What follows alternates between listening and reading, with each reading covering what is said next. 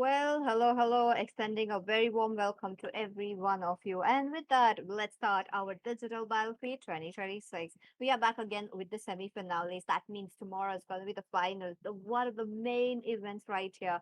So today's teams, we will have to see who's going to qualify, and we will get to know who's going to be the first team qualifying for the finals. I'm your Kasa Peachy, and I will be joined by Ray once again. So hello, Ray. How are you doing? Doing pretty good today because looking forward to the semifinals. After all, today's two best of five series matches will decide the finalists that will join us tomorrow at the BO7 League, and really looking forward to how they're going to perform. We've had sweeps after sweeps all the rounds, but this one might be different, and I'm really looking forward to it, Peachy. So first teams we do have in our hands that's going to be Oishani Royals who are going to go against Team Red Moon if I'm correct. And with that we will have to see how the For a teams. second, I thought you said Red Bull. Oh my goodness. But, So let's see what they will be giving us tonight. Best of five series, we will have to see how it would be going. And on top of that, with the best of five series and how we have seen the performance from the day number one and two, it is going to be really crazy. All the teams are talented enough, and when you are at the semi-finale stage, you cannot back out. That's like being so close towards the light, and you can't give it up. You can't lose it all. So we will definitely be seeing interesting battles, interesting strategies pulled up right here. And to give you guys a little bit of information about the NE Esports Association and why the digital battlefield is actually happening. It is all because of this is a anniversary for them, and this is also an initiative into the Northeast where esports should be held with been known to towards all of you guys. So there's going to be a lot of series going to come in. Do follow our social media. Do let us know as well what other games or even in MLBB if you guys want to know. Register, participate into the next few. Uh, Put that all that in the comment section. With that, Ray, first game we have seen Oishani Rolls going, doing a clean sweep. The same goes for the Red Moon as well. So, what are we expecting this game? I think our expectations will be met in the draft, so let's head towards it. Let's go, let's go. This is going to be the draft. Okay, they've been really quick about it. Looks like they have done enough, respect bans as well. Like how the Salida is banned was not very mandatory when you talk about it, but against Team Red Mode, yep, it is needed. I mean, against Team Oshani, Pichi. Oshani is on red side. Oh, my bad. It's okay. I honestly thought Red Moon should be red side, right? Jokes Yeah. aside, jokes aside, they get the Hirara, but Oshani, I really like it. If you're gonna be giving away the Hirara, you gotta get the Pakiro for yourself. Sorry, Barats for yourself. But I feel like they kind of lost here for one simple reason. They could have taken the Esmeralda instead of the Pakiro. They would have had two really good counters. But I guess you also do get the Belric for yourself. So regardless, this is going to be three really strong heroes. And from the side of Red Moon, it's also pretty strong actually. Look at that, they also have really strong first three picks. So it really goes to show they are semi-finalists for a reason here. They are very well akin to the meta and what should be prioritized. I really love these picks, like, because we're seeing, you know each hero countering the other one. Definitely. And guys, I'm really sorry about messing up the teammates. Onto the blue side, we have Team Arunachal final boss. Oh, my Seeing bad. Nakama, I had that. Like, wait a minute, I messed it up. Looks like onto the blue, we have Arunachal final boss, and they will be banning it up on now. No, again, Fu, Esmeralda was definitely really a great performance yesterday. So why would you keep that hero open? That's what I was actually mentioning after all, Peachy.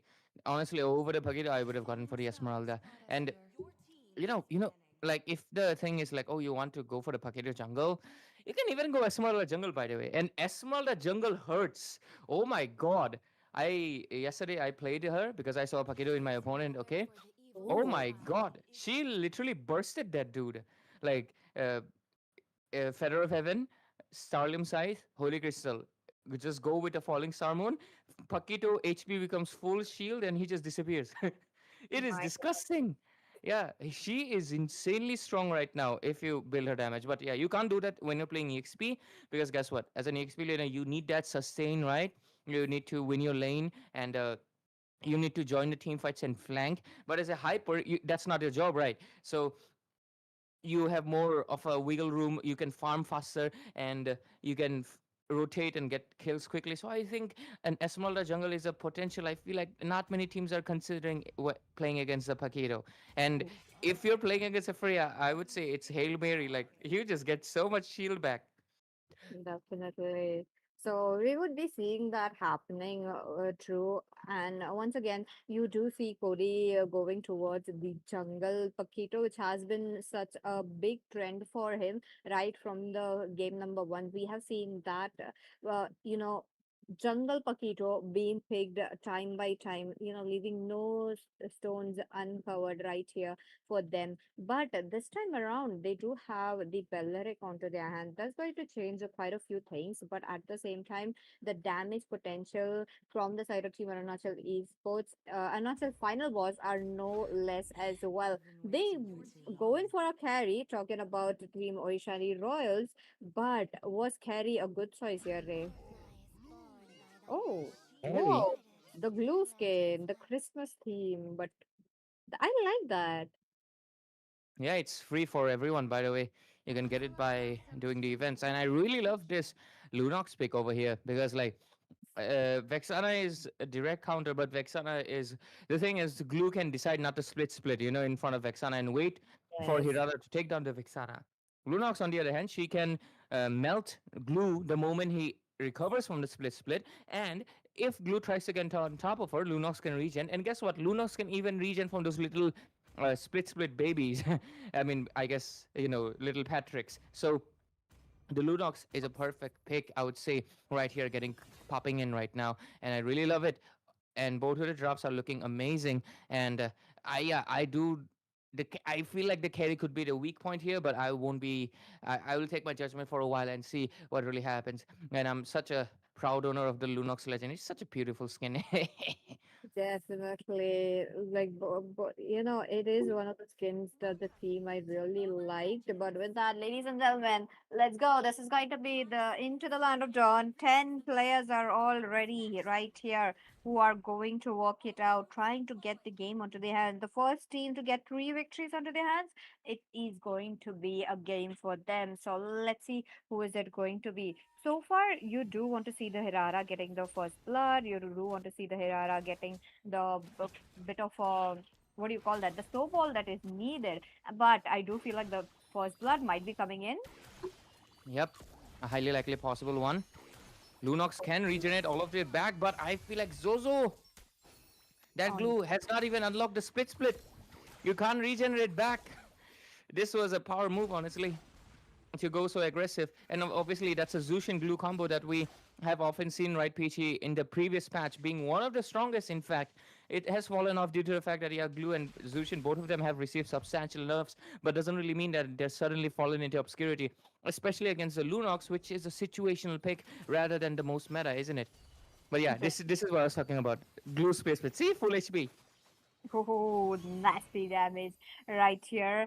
Elaine is just going to be around the corner with very low mana and just trying to get out of the way. Now, once again, there was quite a few, good amount of fight that just broke out around the mid lane. But at the same time, you do want the kills going onto the hands of Team Oishani Royals as well. So top lane, we may be able to see something happening. Freya playing it a bit slow as you needed 50% of his HP already taken down. And right now, Arunachal, final boss over here. They are going for, I believe, with the kills on board. They might be, what are they gonna do about it? Actually, I'm really curious. But let's follow through. Oh, look at the turtle already! The burst from Cody.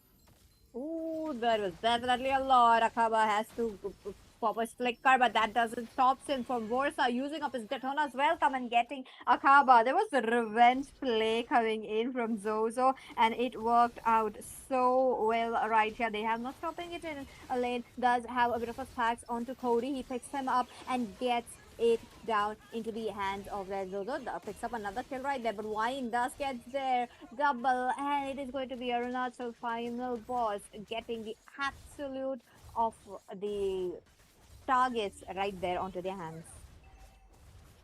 Yep, Peachy. And with how much lead they have been able to get so far, they might be able to. Okay, let's see what really happens over here. Okay, nothing much. Going for the invasion and successful. Oh, okay. Invasion. That is really an aggressive play coming in right from early game. That to knowing your tank is at the top lane, putting up a Freya against a carry is actually a very good move. But at the same time, as a Freya with a very close range, you are out to play very very close range. Look at that! That five breaking in. Zozo will be taken down. Killing spree for the Freya, but she will be shut down no matter what. Akabatas gets a bit damaged out right there, but double kill for EDW. That is going to be a lot given the fact that you're giving kills to a carry. Mm-hmm. 7 kills right now versus 5. It's not over. Cody as well as Wine, the jungler, both down. Zozo wanna get targeted. A bit of an airborne onto him. He doesn't have a flicker, but he does have his dark form to get out of the way. Pops it in and is out of the way. But what about Bellaric who's trying to sustain all out?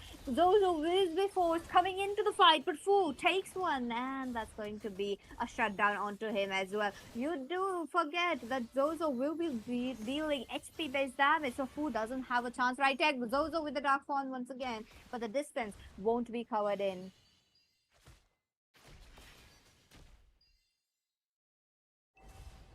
Okay, looks like you do see Team Oishani Royals trying to push it in as quickly as possible and as much as possible, given the fact that you do want the turrets.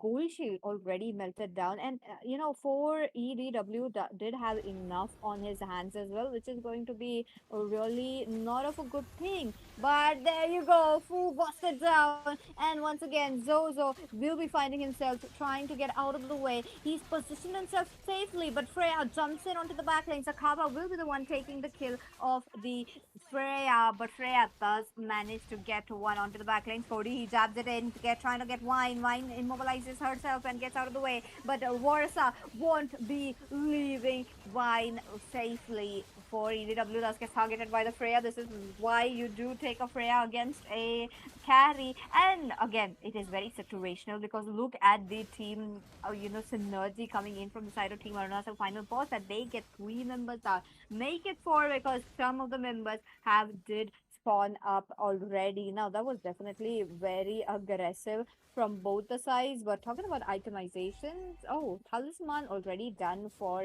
the Esmeralda. That just says enough for how the Esmeralda just wants to sustain in those kind of a team fight. Just trying to make sure has that mana, which she doesn't have to go back and forth around the Lord, but into the mid lane. Arunachal final boss would love to push it all, but it's just going to be a bit slow. And now that we are into the mid game, 6 minutes have passed, and a mid game, here we come. So the turrets will be targeted. Freya as well as Carrie, they did manage to swap it up. Talking about the lanes. And oh, Carrie is still yet to swap, which is kind of surprising at this point of the game. That you should, but knowing the Freya is at the bottom lane, I think that's the reason why they are worried.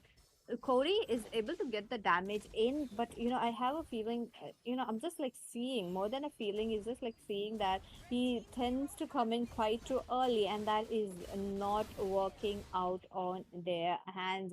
Once again, double kill already picked up. They try to go in for more. Talking about that, it's going to be the turret.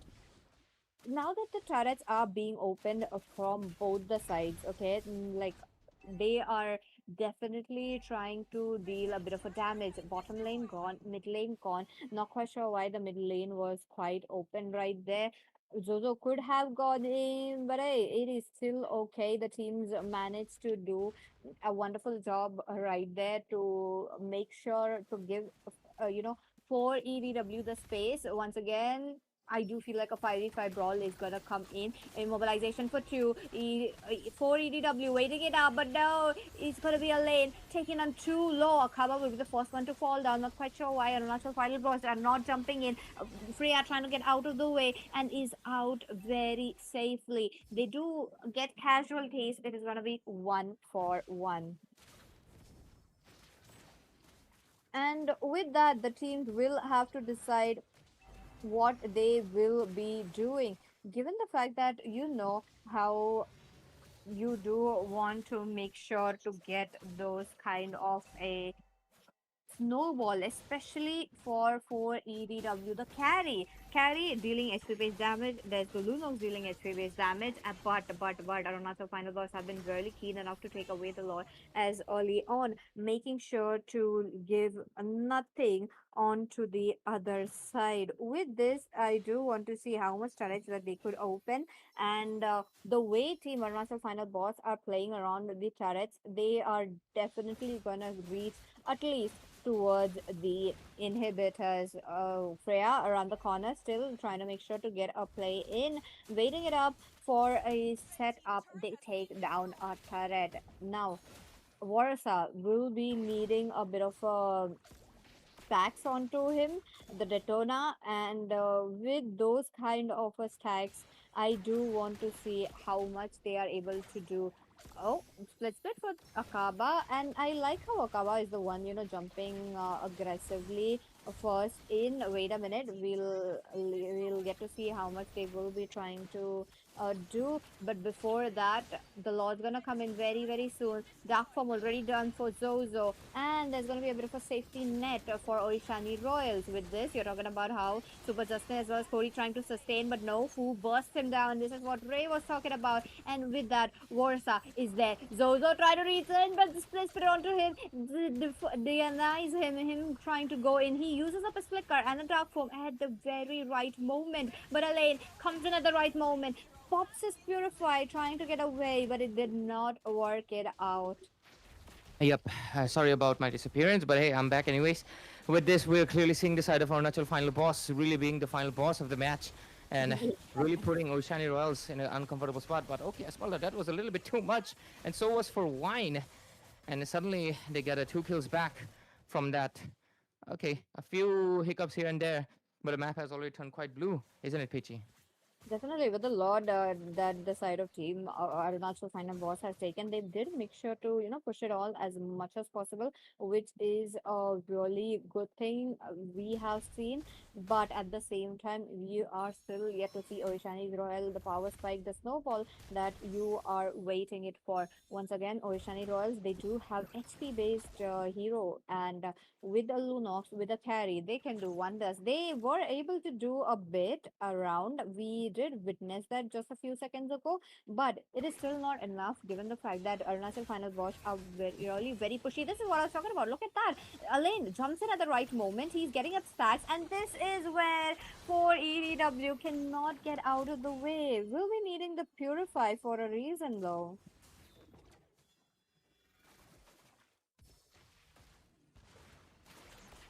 And with that, the team, Arunachal Final Boss, are still trying to find as much as they could. Look at them. They will be trying to open up. And now that the team is opening up those maps, especially towards the turrets, those inhibitors. I'm curious to see how they will be trying to do it.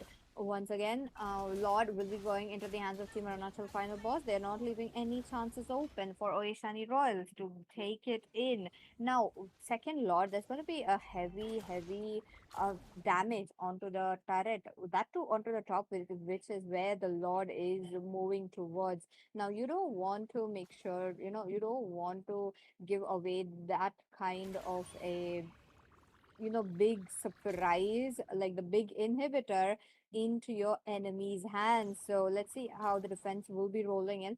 So far, you do see that the team scattered around, all both the teams scattered. So Lord is gonna get cleared for sure. Looks like it is going to be a battle onto the bottom lane. Cody taken down, but Freya thus gets targeted 1 for 1, but make it 1 for 2 because Zozo would be a target as well. You do want to see how much the Lord has been taken down, but before that, the team is gonna go for EGW as well. Alan taken down. He doesn't have anything. Akaba trying to go for the carry, and the carry targeted, gone, and there's just only 3 members left, targeting 2 members. Warsa and Super Justin, they need to clear out the minions. They need to clear out the cannon minions, which is going to be really problematic. Cody as well as Zozo do jump in really quickly, and this is where Team Arunachal Final Boss will have to back off.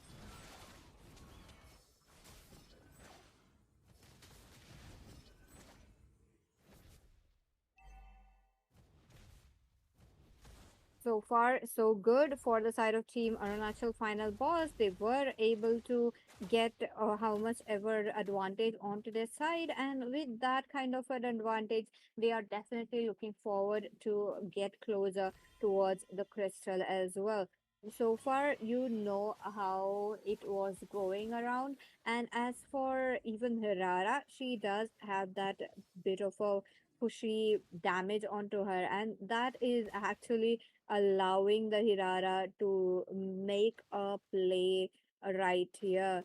Let's see what the teams are going to plot around, and with that, we'll get to see which team will be getting it. Cody does get targeted by 3 members right there. Zozo around the corner as well. But they want to get Cody as quickly as possible because 30 seconds, the law's gonna be here. Akawa does get Cody by the split, but immobilization coming in for Warsaw, preventing him trying to go around the turret. But wait a minute, before that, the team, oh, Daytona's welcome will be used up quite early on.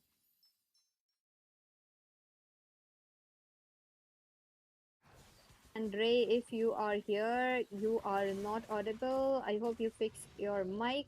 But let's move on because the team is trying to get a victory here, especially Arunachal final boss. But we'll have to see how Oishani Royals can hold it out. It's just the first match, and this being a best of 5 series, uh, we will be in for a ride. So far, the team are, trying to go for a interesting outlook, especially for Oishani Royals. We'll have to see how they will be getting a victory right here. But Arunachal Final Boss really not opening anything for the enemies. They don't want to make sure to get a comeback. But before that, a bit of a small fight. The Lord's gonna be here. This is gonna be the third Lord that we are going to witness, and with this Lord, kind of curious to see if the mid lanes is finally gonna get targeted or not. Yeah, Peachy. Sorry about it. Anyways, we're gonna be moving forward with right now the Lord already popping in. Looks like it might be the end right here, but the carry has finally come online. She's dishing out quite a lot of good damage, but look at that. We can see the pressure that they're finally able to put out. Paquito gets a kill, but Wine with a double kill secured might be going for a triple right here. Yes, he does. Can he make it a maniac? Might make it even a savage a little bit right here. Might make it a savage at this point. Yes, he does. At the point of late game, right before the game ends, Savage for a natural final boss, showing who's the boss right here. And they're going to be moving forward with this. What a game coming in from the side of our natural final boss. That too against Oichani Royals, really giving them quite a lot of edge. Completely, BG. Oh my goodness, what a game that we have just witnessed. Ending a game in a Savage is definitely what a way to end it on. First game, first Savage of the digital battlefield, and it is into the hands of Hirara. What a game. But hey, we do have to talk about how Oishani Royals were holding it out. Loved how they picked up, a Lunox as well as a carry, but the point that they needed until the late game, talking about the snowball coming in from these kind of a heroes who scale at the very last. was definitely very, very slow. And by that point of the time, Arunachal final boss has really cornered Oeshani Royals to a point where the comeback was not possible. Yep. And PT, with this, I think we will definitely move forward to the second game of the evening right now, by the looks of it. And I'm really looking forward to what can really happen as soon as we get into draft. Sorry for a little bit of my issues on my end. Uh, just a bad day, Oh you know. man, no worries. Yeah. Anyways, we can head on to the second game draft as soon as we're ready. We're really looking forward to it, especially with how the game is going. Peachy. Definitely. Once again, Arunach Oishani Royals are really having a good amount of pressure building up. So let's see how the pressure's gonna work out, and do kind of curious to see how the comebacks are going to work. Cause hey, it is 5 games. You do have 5 games into your hands, but at the same time, you do want to make sure to get it quite easily onto your hands as well. If it's a clean sweep, then you know the teams will be looking forward to something into the finals as well. You do give out your cards, and this is where the team, or even Oishani Royals has to look forward to. So let's see if a comeback is possible. We have seen so many reverse sweeps happening. So once again, Yeah, I'll be expecting that. could be possible. I mean, Oceania Royals is a team that will not just let that loss get to them. They're going to be looking for an immediate, comeback, possibly. So I'm just looking forward to what can they bring. And I think I don't think it was a draft issue. I guess they were kind of. I mean, that's the thing. I feel like the smaller would have really helped them out. And also on top of that, like I mentioned, the carry is definitely one of their weakness points. Definitely true. And you don't want to give food the Esmeralda. I feel like that was definitely one of the mistakes that we have just seen. And not exactly a mistake, but something that could have been avoided, but it was not. So I do want to see that happening into the next game. Esmeralda definitely should be, getting respected, but let's see if that happens or not. Once again, the teams are all, I hope the teams are all ready because, hey, exciting game. I do want to see two savages back to back. I mean, it would be great, but I think the chances would be much lower now with how they are moving. In the Mm, sense, now the Oceanic side of Royals, they're definitely feeling much more vengeful. They want a revenge right now. They want to win the next game. And are we ready with the second game draft yet? Okay, let's go for a draft and see what's going on. let's go. The teams are all ready, and with that, you do see Zushin getting banned. Yep, Zushin immediately gets banned out. Looks like they really thought, I mean, they really think that Zushin was an issue. I mean, definitely was an issue for them, considering also they could not really get the best mid lane out here. I mean, Lunox was pretty good, but she needs scaling. It takes a while for her. So I guess there's that. True. And I did wanted to see something of a control happening into the hands of Zozo because he is actually really good with it. And there was something missing in this game. So let's see if it happens here. Cody this time around will be taking the Hirara on his hands. And with that, we will have to see how the team Arunachal's final boss will be trying to, get a counter on, given the fact that it was a Hirara onto their hands and they got them a savage. Yeah, Hirata Savage is insane to be thinking about, especially considering just a while ago she was adjusted. Sorry, has no, her cooldown nerf hasn't really came in live into the servers yet. So, but it will come soon, pretty soon. So yeah. Anyways, moving forward right now, they again get the Esmeralda for the side of team Arunachal final boss, but this time again they get the Barats, but this time they even have the Hirara. So I guess things will change quite a bit. Ooh, ooh, ooh, ooh. Once again with the Esmeralda, my goodness, this is what I did not want to see in this game as well. Team Oishani Royals are really confident enough to, get the Hirara, onto their hands. So let's see how they will be trying to get it on. With the Barats, it could be possible, but first game it was not. And talking about control, there you go. You do see Okay, a Zozo going in Lilia. for Lilia. Right, Lilia. She's good for the zoning, and also a little bit of that burst will hurt Belleric, considering it's not a DPS, right? It will affect him quite a bit, and Esmeralda will not have a free reign of ground to constantly to be running around as well. So those are some important things. We're going to be getting the Claude coming in as well. Okay, looks like the draft is looking. Uh, I would say the side of team Oshani does look stronger for now, but the front line is once again much stronger for the side of team Arunachal final boss. There is a bit of a peel coming in from the side of team Arunachal final boss, which would be a bit beneficial, and that was something Team Oishani Royals also need. So I do want to see how they are trying to, cover that up.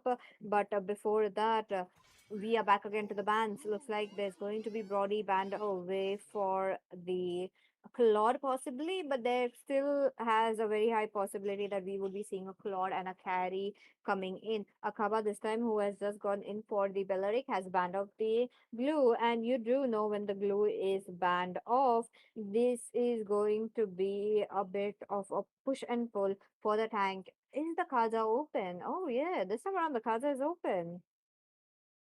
Aja would be a really good pick for the side of Team Wishani, by the way, like especially for to catch the Claude and everything. So Yep. it's, I guess it really depends.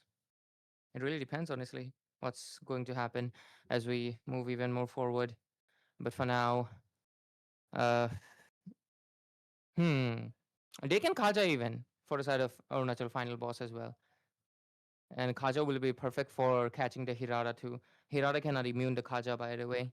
I mean, she can dash out of it before the circle closes, but okay, they did not go for the Kaja. So does the golden opportunity show up for Oceani Royals?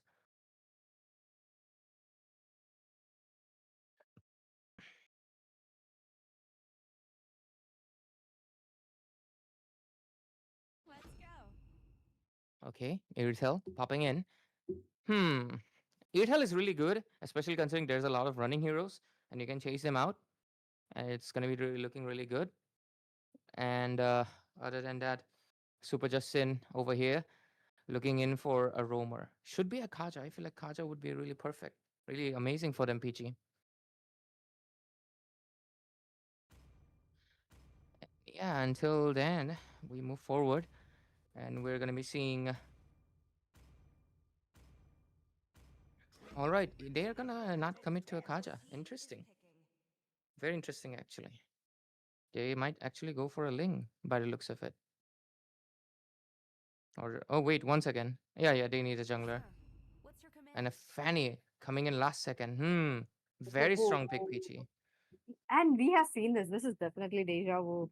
This happened on the day number two, if I'm correct, and they went in for Fanny's second pick, and they won it in almost one-sided match. So hey, definitely team Oishani, Royals are in for a good amount of challenge onto themselves because Fanny is going to be really, really annoying. So I do want to see how they will be trying to get it on. I was expecting a Kaja to be coming here, could have been, the pick that we wanted to see. Yep, PG. But this time around, we'll have to see how it's going to work out. But with that, ladies and gentlemen, into the land of dawn, here we go. Both the teams are ready. And especially for the side of Team Oishani Royals, they need to still get a victory onto their hands. They cannot give up so easily. Oishani Royals onto the red side, and that is going to be our national final boss on. No. Yep. Oishani Royals are onto the blue side and Arunachal Final Boss are onto the red side. We'll have to see which team thus gets the first blood onto their hands. Talking about first blood, there is Wine onto Fanny and he needs the first blood to get his snowball rolling. And the same goes for Hirara. Being a 50-50, giving an equal 50-50 footing right there is really good. And Fu, I love how he gives that information. I really love how he just makes sure to give a green signal towards his team, and this is where Wine also gets his information, so he could easily get a victim right there, a kill right there. So let's see how it goes, but before that, purple buff is going to be important, and with that, with teams will have to see how it will be going. I do want to look out for the god. It was a bit of an unorthodox pick, does work out very well against the Lilia, because you do need a range against the Lilia. You can't be going something like a Zushin playing it out. So I did wanted to see that. Oh, Elaine does get targeted by Zozo. The control the Zozo gets is really impeccable, and this is what I really love. So we will have to see. Once again, first blood might be coming in, and it is just, a bit slow so far. No first blood from either of the sides, but around the turtle, definitely sure. Both the junglers. Oh no! Double kill for Super Justin. This is crazy. Our natural final boss. They do spot out Wine, who does get immobilized for a moment, but Cody is getting targeted by Fu. He has to get out of the way, but Fu knows no to overextension right there and is on to the back lanes. Wine, who's level 4, does have the cutthroat finally, but he cannot target Warsaw. He goes in for Warsaw. Warsaw gets a taunt onto him, and maybe a kill. No, looks like that's not gonna be a kill that we would be looking as of now. So far so good. You are talking about how the top lane is working around, especially towards the marksmen who are just playing it a bit safe. Once again, we'll love to see how the teams have gone in for the itemization, and with that, we will have to see how it is going to be around the turtle. Turtle is up. That means both the teams are ready, and both the teams are just going to trying to work it out around that. Wait a minute. Turtle Dance is up. This is kind of crazy to see how this is like a 3 minute game. We already reached out to the 3 minute, and both the teams have not actually exactly gone for the turtle. I do want to see what they are trying to do. Cody! Wait a minute, Akaba, he does get targeted. Zozo! Black shoes at the right moment to get out of the way. But Cody is quite low at the back lanes. For EDW jumps in as well. Detona's welcome, but it will be purified and neglected. Wine looking quite low. BMI onto him, and it did not work out as well. The kill going into the hands of for EDW is definitely a lot, and I want to know what the team are plotting. Once again, the turtle is up. Oceani Royals will be trying to get out with Minon and Fury jumps onto two. Wine is too late. Cody gets the turtle, and Fu is low in mana. Warsa, he thus gets attacked by the Mystic Gush, but it is still not enough. That's a tanky dude that you are talking about.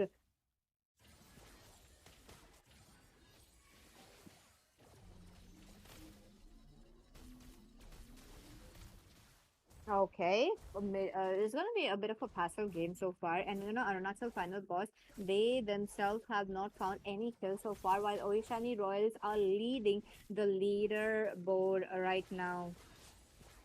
So, we will have to see how they will be trying to do. Top lane pressure has increased because it is the marksmen who are going to carry the game most likely, and we will have to see how that would be working around. Do you want some rest, Peachy? Oh, you're back. Okay, let's go. Like, look at that. Arunachal final boss, they didn't really aggressively opening up those turrets.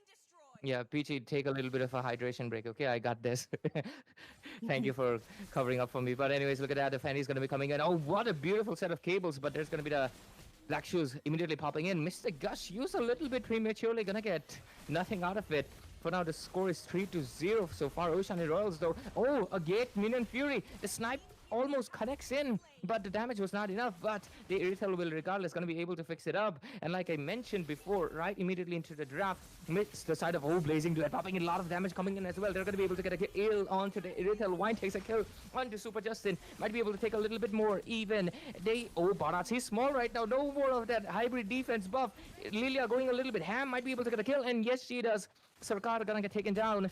It's a full-on brawl towards the top side, and we're finally getting to see both teams in action. In 6 minutes into the game, both teams are putting in 100% of their efforts, and they're able to really find a great amount of momentum. But Oshani, they're leading quite a bit. The turtle is already spawned in. They're going to be able to do quite a lot of bit into it, and now by the looks of it, the turtle gonna get taken down by Cody with no issues whatsoever. Peachy.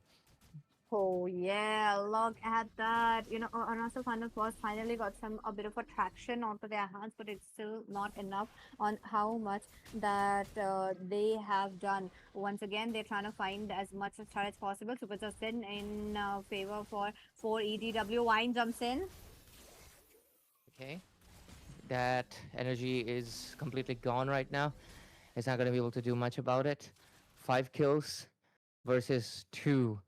Not much of a difference, I would say. Look at the goal. The gold is 2,000 for the favor of Oishani Royals. 2 turtles have been taken. And even a turret, actually. Was it a turret? No, it's not a turret. What is that? Wine.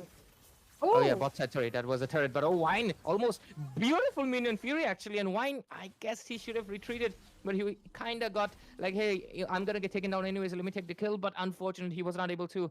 The Minotaur's Hill is gonna be able to give back the most of the HP. And look at the Barats really showing the prowess over the Esmeralda. But at the same time, Esmeralda got enough regen to really not be bothered that much. If there was a follow-up, Esmeralda could have been a little bit of a danger right there. And with this, we're moving forward right now. Let's take a look at the Bills, actually. I really want to see how much they have progressed as we're right now heading towards the 8 minutes of the game. Sky Piercer has already been secured for the Hirada over here, and Irithel has gone for her first 2 attack speed items. She's going to be getting the Berserker's Fury, and once she does, that crit damage is going to be hurting quite a lot, and they really got to look for it. On the other side, though, Claude not really able to even get the golden stuff yet. That's a lot of gold difference you're looking at, and until he gets his Stranger Bill, I don't think he's going to be able to do much, Peachy. definitely needs a bit of a boost coming in from Corrosion Sight as well, but Wine does picks up a malefic gun, which is really good, but at the same time the amount of stun that is coming in the way of Wine is really not working out. Look at that. Detona's welcome will be negated by the Purify coming in from Ko. He immobilizes 3. The Wrath of Dryad connects so well that Forasa as well as the Irriteller are down. Wine gets a triple, try to look for more, but Cody is right there around the corner. He's trying to target Wine as much as possible because Fu is a bit tanky, and that's when a Wine takes a maniac. Once again, they give us Maniac twice a row. This is how. This is insane coming in for the side of Arunachal Final Boss. And suddenly, the domination that was going on for such a long while, it's now shifted 100%. Why is Claude not helping in the lore? What? Why is why is Gordon Fetty taking the Lord? There's gonna be the Titonas welcome popping in. There's gonna be a flicker to use. Esmeralda taking too much damage. Unfortunately, it's not a Uranus who can immediately heal back up. It's the Esme, and she's gonna get countered, and now she gets taken down. And with this, we are taking a look at the side of our natural final boss right now, a little bit back because they have just lost their EXP laner. It's a 4 versus 5, but they still want to continue their pressure on. The god does give them a lot of poke ability, which I believe it's really giving them a bit of edge over the other side. But let's see. How long does it take? Fanny, good cable, forces the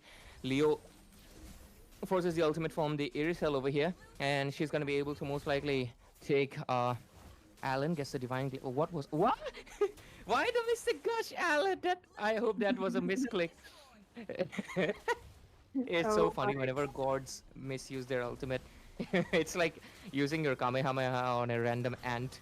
It's just a hilarious scene to see. And but oh, look at that! There's gonna be the Esmeralda getting chewed on again. She is really facing a lot of difficulties. Minion Fury coming in as well. Beric going with the ultimate 2. There's going to be a lot of resources. Blazing duet onto her backside. Is it going to be enough though? Not enough, I would say. And Cody still gets taken down by Unstoppable Wine on a spree right now. Unstoppable. Okay. And let's go. Arunachal Final was really pushing it as much as possible. And with that, they are trying to get the inhibitors, and that is going to be really interesting because Shani Royals are in the same position that they were in the game number one. With this, we will have to see what the team is going to do because Oishani Royals have such a great team composition. They do have a very good you know the execution as well, but they are in the mercy of all over again. Yep, Peachy. And I believe with this right now, Ushani are trying to clap back as much as they possibly can. But it's funny, right? Wine just is pretty much strong, and much stronger than I expected, to be fair. And now, okay, oh, even a good steal right there, is it? Oh, no, no, it was not a steal. He already had the red. But anyways, moving forward, Beleric even gets the blade armor. They really don't want the Irithel to be shining that much. But honestly, the blade armor doesn't really help on, I think, Peachy, because I feel like the Sky Garden will help you a lot more because of the passive that Sky Garden gives you. You have damage reduction if you receive over 500 damage, right? Over the blade armor, which is, I feel like blade armor is only good for, like, if you're facing a Trinity marksman, which is like Claude, but a whole lot of damage coming in from the Hirada. She almost caught up the Claude right here, but now the Oh, Lord has started Claude with a very aggressive Lord start. They're not really exactly caring for the existence of Hirada over here. Okay, Fanny going for most likely a possible split push. Let's see what really happens. There's gonna be the Lord popping in, and oh, me? look at the burst coming in! Insane! Foe had to retreat. His HP is gone. And this is where actually I feel like Uranus would have shined. He would have gone back and immediately came back, but now Esmeralda needs to regen a little bit by her own skills. But yeah, she'll get it back soon. Anyways, the Lilia zoning is very strong right now. Nobody can get in that easily. Belek does have the flicker. He's looking for a combo wombo. He's looking to go for a Rat of the Dryad onto 4 people, or at least catch up the marksman. He gets pulled in, but he does not really want to get caught out either. There's a lot of tension and anticipation getting built up. Okay, Beleric, is he trying to flank? There's going to be the Mystic Gush coming in. What a jeopardy going to be happening? Irithel into the backside trying to flank as well. Kite, not possible. Clark going to be able to get the damage and to get it down. The Lord right now, fully bare open, but do they even care about the Lord? They don't. There's going to be a huge minion wave popping in from the top side. They just want to put an end to it. Esmeralda doing her absolute best just to force. Zozo does not has the black shoes anymore, and looks like they really want to burst her. They might be able to do it. Purify gets used, does not matter. Alan gets the kill. That's the wipeout. And with this, Arunachal final boss, they are showing who's the boss tonight. As Oishani Royals, they are gonna get a 2-0 in this land of knowledge, ladies and gentlemen, and we are one game away from making it a sweep. Oh my goodness, that was definitely a very quick game coming in from the side of Team Arunachal final boss. Like, my goodness, no time spare right there. They just did not give anything. Twice Maniac is something we have already seen, and on top of that, it is crazy how we are already at the, you know, match point. That was insane gameplay coming in from both these sides. Once again, we will have to see how the teams is trying to work it out. But before that, Oishani Royals, what happened to them? I don't think anything has happened. I just feel like the side of Team Arunachal final boss is insane. Wow. Because you would not expect a Fanny to shine when it's late game after you dominated, right? It would feel like, Hirata got the snowball Fanny's kind of cooked, right? No, that's not what's happening, baby. Because like Fanny getting the damage, I feel like she was going full burst, I believe. That's the reason, actually. Usually, what Yeah. happens, the reason Fanny's fall off is because they start building defensive. Makes sense because they can get killed easily. But uh, this Fanny, whiny, he doesn't give a damn. He's like, I'm going to go full damage. I mean, I'm going to take care of your backline whatsoever. And we got to give the credit to their marksman as well. Uh, Sarkar over there. with Yes. really great blazing duets. Actually, he saw the Irithel going for the kite, and he also immediately launched a blazing duet onto her only. I feel like in a situation like that, some marksmen in such a fast-paced movement, they could have made the mistake of trying to do the same to their opponent backline, which would have been good idea. But guess what? If Irithel took down your backline instead, you are going to be lonely. And if we get taken down as well, it's not going to look good. Really good retaliation and decision making coming in from the side of our natural final boss. And it's really paying off right now. And I'm really looking forward to what they can do in game number 3 draft, because this time it did feel like Oshani had the better overall chances in the late game, especially. But the side of team Arunachal final boss actually defeated them at their own late game.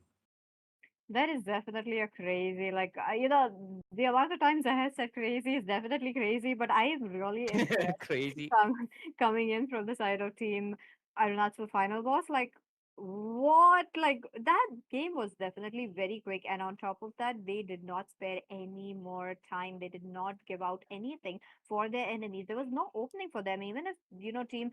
Uh, there was team Oishani Royals having such a wonderful early game. I did see the Minotaur getting a double kill. They were trying to get wine so much, but it was all in vain given the fact that they've just pushed it on so quickly and taking down, leaving out the lords. I think they should have tried to push it down towards the lord, but hey, it is still not over.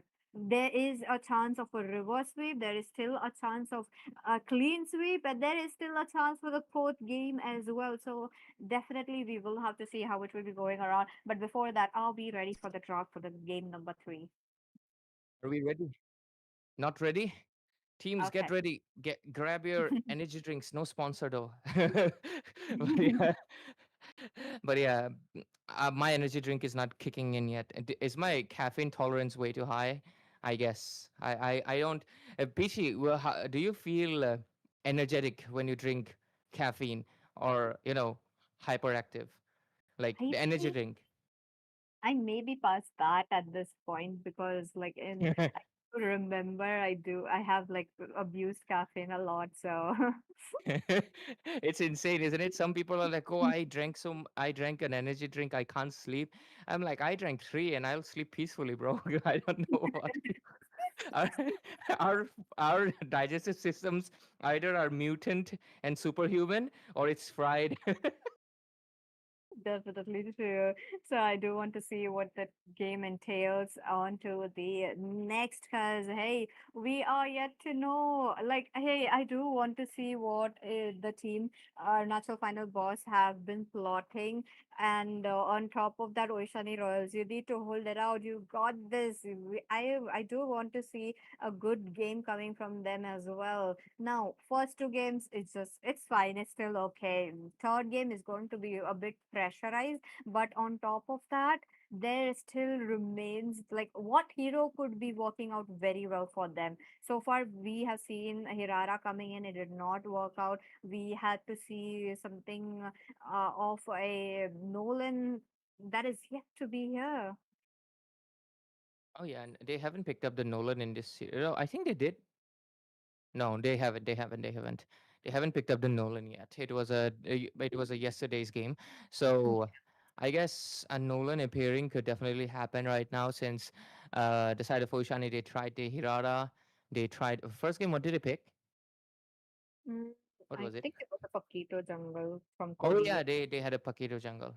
So yeah, I guess they can try a Nolan or a Ling, but Peachy, I feel like I've played I feel like we'll find out soon enough, and we to find out we got to go into the game number 3 draft. Let's go. Is it gonna be the decision maker, the last match, or is it gonna be just another game where we might see a game number 4? Let's dive in and let's see what really entails for us, Peachy, as we will see the side of Team Oceania Royals now taking the second pick. They the side of Team Arunachal final boss. Oh my god, what is this aura? They don't even prioritize Bharat, Pakito, Esme was banned out, and neither Hirara nor Eudora. They straight up picked just Melissa. That is insane. Like Sarkar is really onto good and like confident into the goal lane. Definitely, that was kind of interesting to see how they have not gone in for a Hirara, and they did went for a Lilia, like not a Lilia, but a Melissa. But okay, understandable. That's the reason why you did see the Brody getting banned off. That is still cool. But they left out the Belleric though. I feel like the Belleric will have a bit of an edge over the Melissa in the team fights, and I really don't like that food this time around. There's not gonna be no Esmeralda. Finally, Dusk gets respected. But this time around, with a onto the mid lane, there's going to be a bit of a control that is going to work out. But the control is a bit limited towards only the squishiest hero. Yes, Peachy. And I believe with moving forwards to this, uh, what is this? I forgot again. Okay. Granger. Oh, Granger is a weird pick. I like the Belric. I like the Belric. I feel like the Belric was the first time we saw National Final was playing, right, 2 days ago. Harvors, I yeah. remember playing the Belric, right? So, anyways, with this, we are looking at the two sides picking up. Okay, let's see what happens. Fanny ban. Okay, I like that Fanny ban. Wine definitely gave them a bit of trauma to work with. And I guess they can even ban a Nolan or a Ling, like we were discussing, Pichi. That is true. That could be coming in as quickly, but hey, since there is a Hirara, Nolan needs to be banned off. Come on, I do feel like that is going to be it. But before that, there are still quite a few heroes I do feel like needs to get targeted onto the ban. I think Pichi, the side of team, what was it? Uh, Arunachal final boss, so Ishani Royal. no, Oishani, sorry. Sorry. What the thing was, Mm-hmm. the fact that the Esmeralda was banned out and there Yes. was no Paquito prior to him. That is what's Oh, confusing me. Like, Esmeralda is gone. So you could have honestly taken the Paquito. Same for the side of team, I guess, Arunachal final boss, instead of the Yudhara, they honestly could have prioritized the Paquito into the jungle if they wanted to. But I yeah. guess they want someone that can combat the Hirara's mobility. Paquito, despite having a lot of dashes, he's still a fighter. An assassin can out rotate him. So I guess that's something that they want to keep in. And Paquito is a bit more vulnerable in the sense he's a fighter. He can be caught out. He does not have any immunity skills. This is the only weakness that Paquito has. He is tanky, he has shield, he has damage, but since he has no crowd control immunity, he can get caught into the Wrath of the Dryad and can get bursted immediately. And now, oh, for a second, I thought we were going to be getting the kill box composition, but no, we're going to be getting the Faramis. Hey, will we get a Faramis roam? Would be pretty funny if we do. That is true. There you go. Well, we may be able to get it, but Akaba has really got to go for the control catcher. Possibly, I don't like it though in this kind of a team fight, team zone. Nah, Gatot would be pretty good to zone out as well as. Uh, like whenever Belric opens up the Wrath of the Dryad, if they're quick about it, they can go for like a immediate response back. So Hylos is pretty decent too, especially against the Granger. If he's going for the Purify, Granger can easily be caught out too. And yeah, this is what I was talking about. I feel like over the Paquito, the Ling would have been pretty good ban as well. But I guess they didn't want to take a risk and they banned Paquito instead. Pretty good, I guess. you know, I do remember there was one, but there was one player named Winehouse. I'm not quite sure if that's the same person or not. I'll check it out later. I'll do my own research. But hey, I do want to see how the Link's gonna perform right here. That too against an Hirara. It's been a bit, it's been a bit of a long time. I feel like where I have not seen much happening with the Link. It's been a very rare pick though.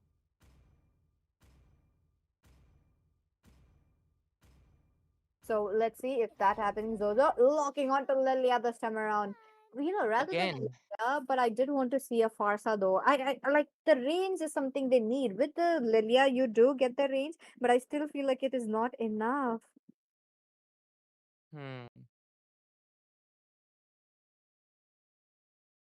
What are they going to do? What are they going to do? The game. Parsa would have been bad for the, I guess, Y- Ling Peachy. That's Yeah, why. that makes sense. But the way Farsa, I mean, the way Farsa and Zozo itself, like, the way he positions, I do believe he did got it on his hand. So that was something I did want to see. But hey, it's still fine. We are getting a Lilia right there, but I am worried about the Melissa. I don't want to see the Melissa having the farm coming in, and I do want to see how they will be trying to work it out because of that.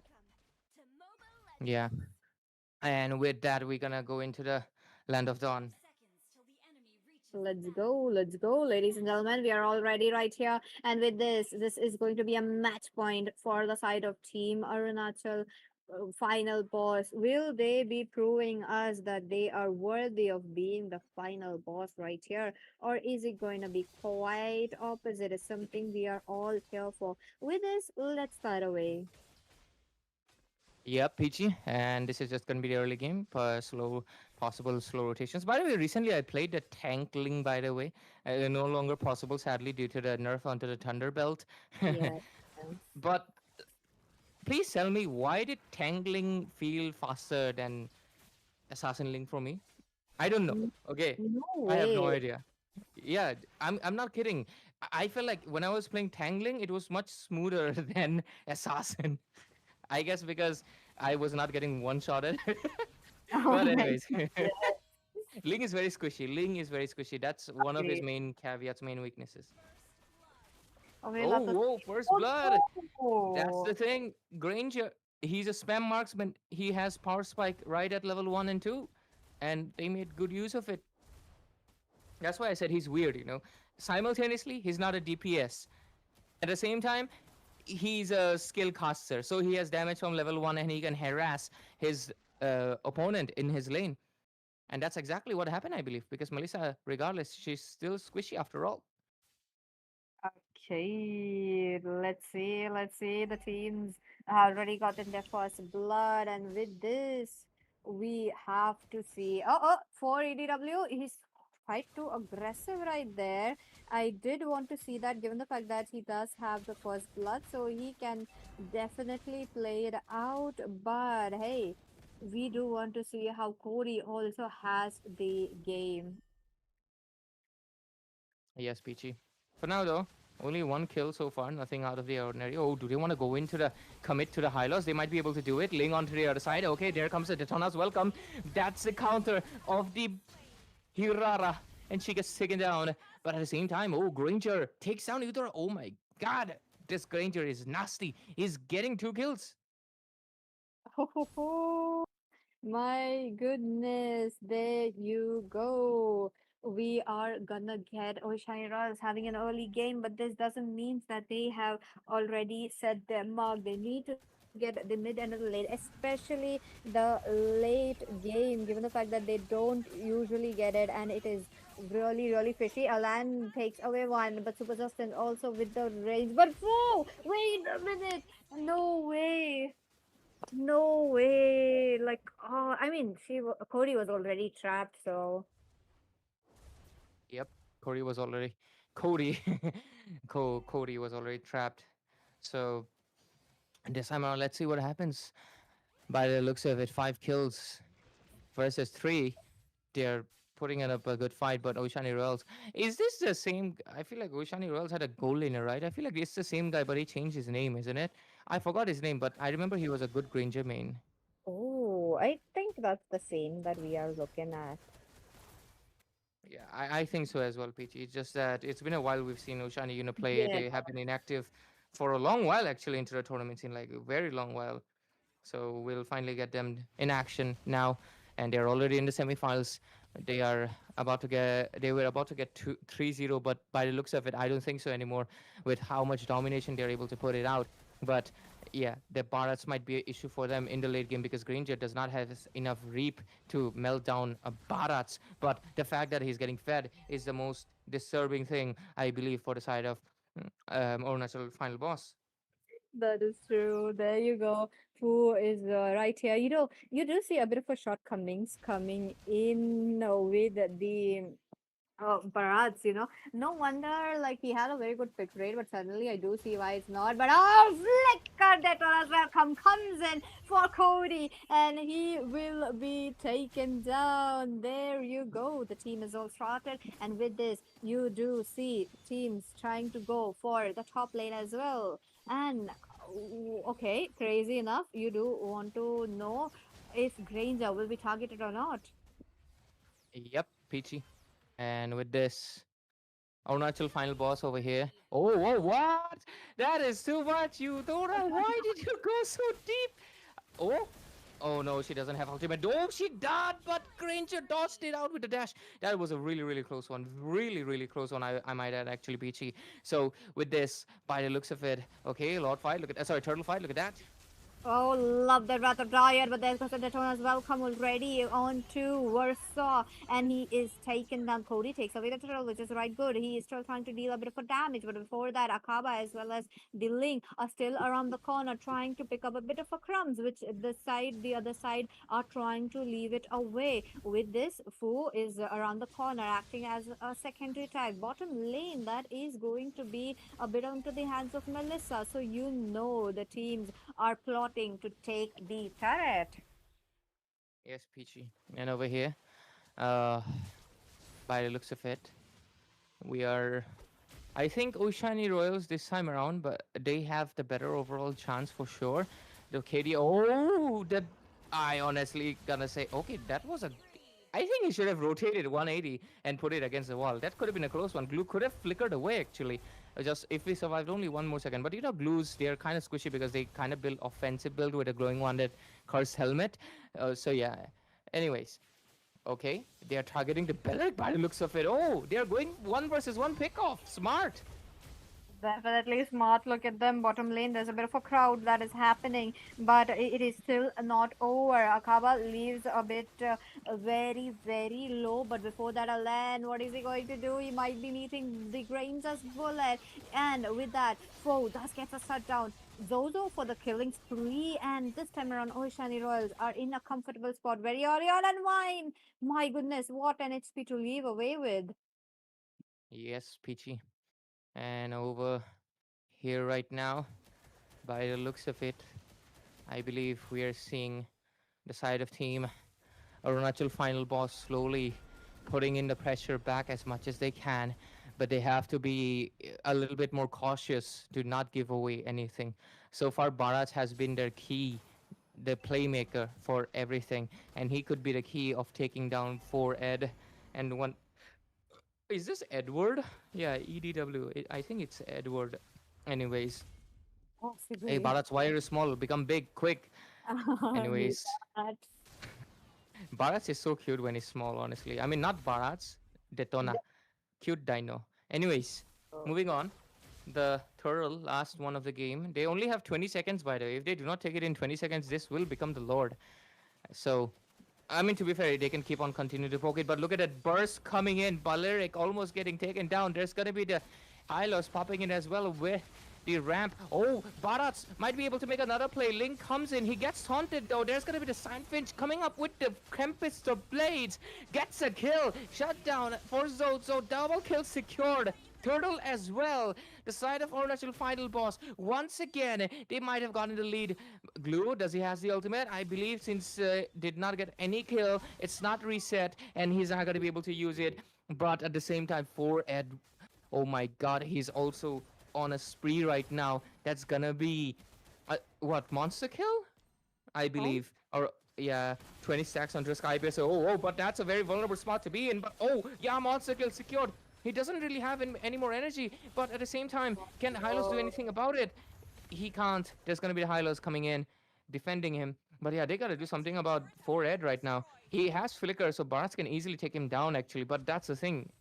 Granger's range, man, can't reach him.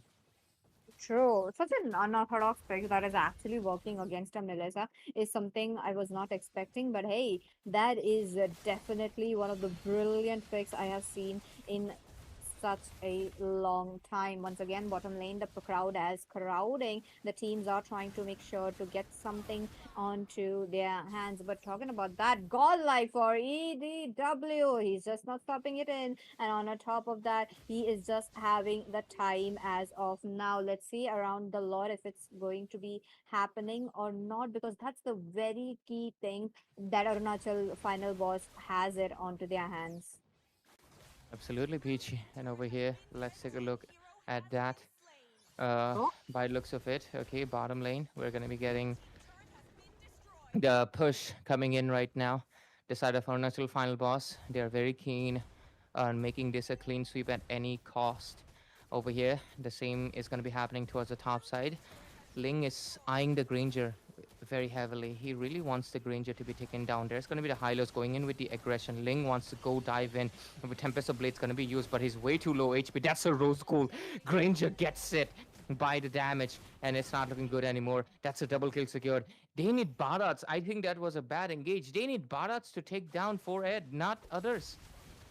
100% true, Ray. Look at that. The Lord is still alive. The Lord is trying to take him down, but there's a split split coming in. Fu we will force one to take down. And with that, they are finding their ways to go and take down the Melissa as well. Super Justin busted down. The both Alain as well as the Melissa really looking go. Melissa will be trying to go backwards as soon as possible, given the fact that she is very, very low. And Oishani Royal finally they themselves find them a lot. But Raider with it. Oh, wine though. Good attempt though. That was really a good timely response, but it was a bit slow. Yes, Peachy. Anyways, with this, by the looks of it, the Granger is fully stacked, almost one more kill, and this guy's damage won't even just be hurting. He'll basically be executing anybody that comes in front. 600 stacks in almost 12 minutes into the game. It's just been 11 minutes, I guess. So, anyways, looking at the builds as well, he's gonna be full build. Look at the gold. He's 10k. He's five. He's double the gold of his own teammate Belric and Blue. So yeah, That's a that lot. is the snowball Granger in ice in front of us. Belric, sorry, Barats, he can't sustain anymore all this damage. He really needs that anti-Cuirass as soon as he can, man. Because look at it. I'm telling you, one more snipe and he might just be able to get it. And Hylos taking a lot of damage himself. Look at the Granger peeling through everything. That's the Granger for you. Once he snowballs, it's just unstoppable. Who can take him down? He has to make his own mistake to lose. That is true. Once again, they find themselves very near the turret as quickly as possible. That's going to be the inhibitor turret for you. And once the inhibitor turret is down, Oishani Royals are really good on putting the bit of a pressure that is needed. So let's see how they will be trying to do. Mid lane, the second tier turrets is gonna definitely fall down. The amount of damage the side of team Oishani Royals have, and the way that they are working around, especially with the Belleric, is really, really good. You know, Esmeralda was definitely a very key factor that they had to ban in the game number two. Yes, Peachy. And over here, almost 13 minutes into the game, and the goal lead is slightly favoring Oishani Royals with 3,000 over here. The scoreboard is 14 to 15, but most of the kills, obviously, it's completely the Granger. 11 into the board. He might just be the solo carry. I really am seeing why he was so confident with the Granger, and it's really paying it off. But yeah, it doesn't really matter. You know, what I feel like Arunachal Final Boss can do right now, they need to put their headspace into proper. They either target the Granger, right, at any cost and take him down, but that can have a heavy toll in the sense they put too much resources for Granger and everybody gets wiped out. Or they Mm. focus on the rest of the members. Take down Hirara, take down Lilia, then take down the tanks. Granger cannot solo defend. That's his weakness. Yeah, true. Like the minion clearance from him is really not that good, and you don't want to leave a Granger all alone defending a whole base. Exactly. So that's going to be something if we are able to witness. That's going to be a lot going on. But Fu will be taken down by Cody. Cody, his damage is really coming in. Vine, on to the other hand, has gone in onto the trying to get the turret onto their hands, but taking down so much of one turret right there. Like that's the inhibitor turret we are talking about, Ray. So I do want to see how, or if possible, Vine can jump in around the river area and take away the Lord as well. Yep. And with this, by the looks of it, They're going to be able to get the Lord over here. Oceania Royals, they finally be able to get a score. And if they do that, they're going to be able to make a comeback right here, Peachy. And Oh, oh my God, what's really happening? For the side of our national final boss, what can they do about all of this? They're really struggling this time around. definitely struggling, but hey, it's still not over. The Lord's gonna jump in from the bottom lane. That means the team will have to clear it out as quickly as possible. And even if they do clear, they need to protect the other inhibitors, which are open as of now. Love how Versa is providing a bit of a vision and a bit of a space towards their team so that they won't be taken down. Turret will be safeguarded, the mid one especially. That is the main thing that you do want to safeguard. But hey, the Lord's very healthy. EDW is really dealing with so much damage that he takes out a legendary Cody taken down by a lane. The Melissa's power spike Oh, is really oh, oh, oh, fine. oh, oh, oh, oh! Get 600 gold out of Oh, god damn. EDW. That is crazy. Zozo on a chase. Will they be able to go? Because Melissa, though, he needs to provide a bit of a space. Black Shears won't Oh be my god. able Oh my god. Ling, push the top lane. Push the top go lane. for it. Oh my goodness. Will they be able to do it? But yeah, I think they will be able to do it. It's a. Oh my god! It's a full wipeout. There's nobody to defend. They just gotta rush it. They just gotta make it. They might be able to make it. Oh my goodness! There's no way. This was insane. Belric, open the Oh, rat of the dread. oh! Yes, he does. There's gonna be the rest of the members popping in it as well. It's gonna be happening. The minions are cleared out though this time, so it's gonna be a successful defense. I honestly feel Ling should have used this mobility to push the top lane, man. And the rest of the four members could have honestly pushed the mid lane. I feel like it was a missed opportunity. Oh my goodness. That was such a close call for Oishani Royals. Like, imagine having such a early game start, such a mid game start, such a late game start as well. But you cannot give it away that easily. They really held it out really good. Talking about it, big props to Beleric who made the flicker Wrath of Dryad play. He knew that he could have gotten that kind of a damage in, and his team really backed it up really well at the timely response with this. You know, I do want to see what is it going to be. It is just getting intense, Ray. Yep, Peachy. It's getting super intense. Like insanely intense, I might add. Like, wow, god damn. For the side of team, uh, our natural final boss. They're hanging by a thread, by the way. Both of Oh, I mean, I feel like when your side lane is destroyed, it's much more risky because it's the hardest lane to reach, especially when it's opposite of the Lord. Anybody can make a split push. You have to be safe. And at the same time, you gotta go for the Lord as well. Big team fight coming right up. Oh, Baras goes in for a Granger. It's a finish again. He goes in for the item, so I'm gonna be going for the immortality. He survives it, but not for long. That's Ling you're talking about in the late game. Triple kill for Wine. Might be able to make it a wipeout. And with this, it's over. One shutdown. Oh, it was all it took to tear down the whole mid lane. And now another will just wrap up everything possible. The side of Arunachal final boss. 2 games of domination. Third game they falter. They fall back behind. But it comes at a beautiful end as Arunachal final boss will make it a clean sweep in this best of 5 semifinals, becoming our first grand finalist as Digital Battlefield 2026.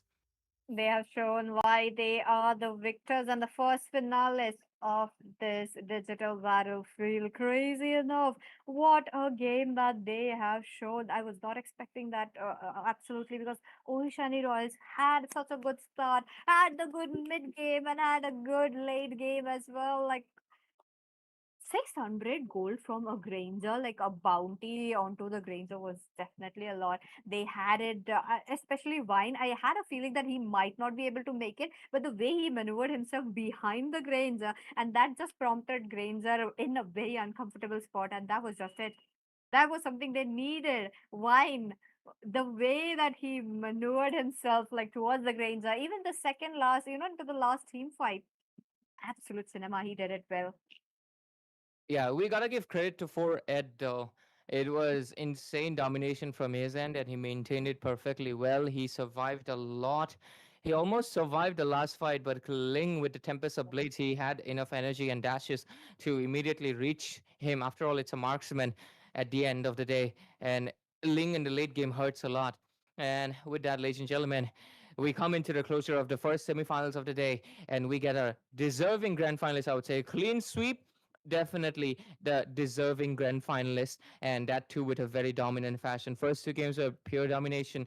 Third game, I definitely think Oshani Royals was shining with their Granger pick. He was the soul carry, but a soul carry always means one thing: it's a house built in a foundation of glass, right? Oh, One brick is all it took to shatter it all away, and the game will end. Oshani Royals, GG, well played. We'll be seeing you in more tournaments. I hope this is going to be a backstep, but I hope it's not the end. We hope to see you even in more tournaments. You've reached the semifinals, so great work. But with that, we're going to be go for a short little break, ladies and gentlemen, because we have another goddamn semifinals. Yes, another semifinals, not just one, another one, and we'll see the other finalists who will face our natural final boss. So with that, we'll go for a short little break, but make sure to stay tuned at Digital Battlefield 2026. We'll be right back at the same YouTube channel. Subscribe if you haven't.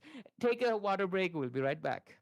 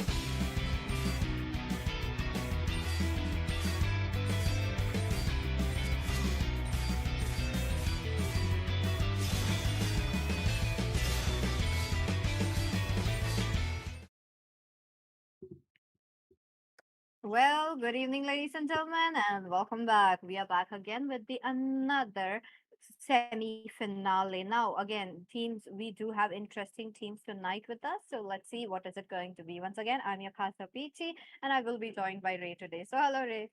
How are we doing?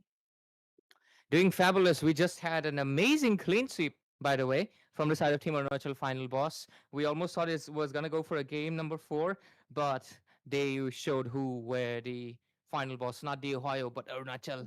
Really Yeah. love to see it when teams are able to showcase a skill like this. And with this, we're going to be going into the last and of course the last match, as well as of course the last semifinals of the day, ladies and gentlemen, another BO5 series bringing you in the action. And that is going to be between team Red Moon versus Comeback Esports. Both of the teams, guess what, have made it a clean sweep in the top 16. And what are they going to be doing at here is going to be a big question, and we are looking to see that. And if we're ready, let's head into the draft to see their strategies, to see them face against each other in the Battlefield 2026, and which team will be the one pushing their swords and raising their shields against the side of Team Arunachal Final Boss tomorrow. On the blue side, we have Red Moon. On the red side, we have Team Comeback Esports, and it's going to be really interesting. Interesting indeed, given the fact that the teams have already started up with their drops. Now, Hanzo will be the one of the heroes who does gets targeted right here. Now that is kind of interesting to see, to because we have seen how the teams were playing out the Hanzo in the last few matches. So to avoid that, it is on to the ban. So far, Blanc goes in for the Atlas, which is really surprising, but at the same time, there could be enough counters for him though. And with the nerf that he just received, is it an Atlas? Atlas is still very good, by the way. He just has lost his aggressive, like constant pressure ability, which I feel like was a very justified nerf, by the way. But his setup potential is still there. He's still very strong, and I believe he will definitely be remaining meta until the next season, where we might eventually see the meta shift. Anyways, with this, I would not go for the Paquito, buddy. That's an S that you're talking about.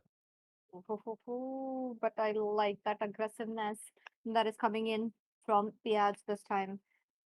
Pakito Jungle today did not have a good run, which is not kind of looking good. So I do want to see how and why they would actually lock it in. They are actually going for that. Huh, risky, but we like risky, eh? We like when teams go beyond of what's, exactly considered like, oh, this is the most strongest option, but oh, immediate ling lock. I like that, but you're fighting a body, you gotta be careful in the early game, can't really gank him. So looks like both teams are going in with, all in, not exactly caring anymore what the other side might be coming up with. Let's see, Peachy. Let's dive into the game and see what happens. We're going to be seeing the next bands coming in. It's going to be the Udura getting bent out. Now again, Big Hero 6 going in for a Brody early on is just saying that how mm, the Melissa is still an option that you guys can go for, but at the same time, the other side, Comeback Esports also knows that picking up a Melissa would be a bit of a death sentence that you are talking about.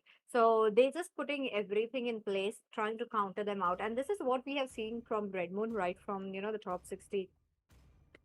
So I'm kind of curious to see what is it going to be into the bands now that both the sides, especially not both the sides, but one of the sides who are needing a marksman and not sure, but yep, I do feel a bit of a members going to see how the link is gonna get it on against a Paquito. That is going to be one of the interesting things we will be having to see today.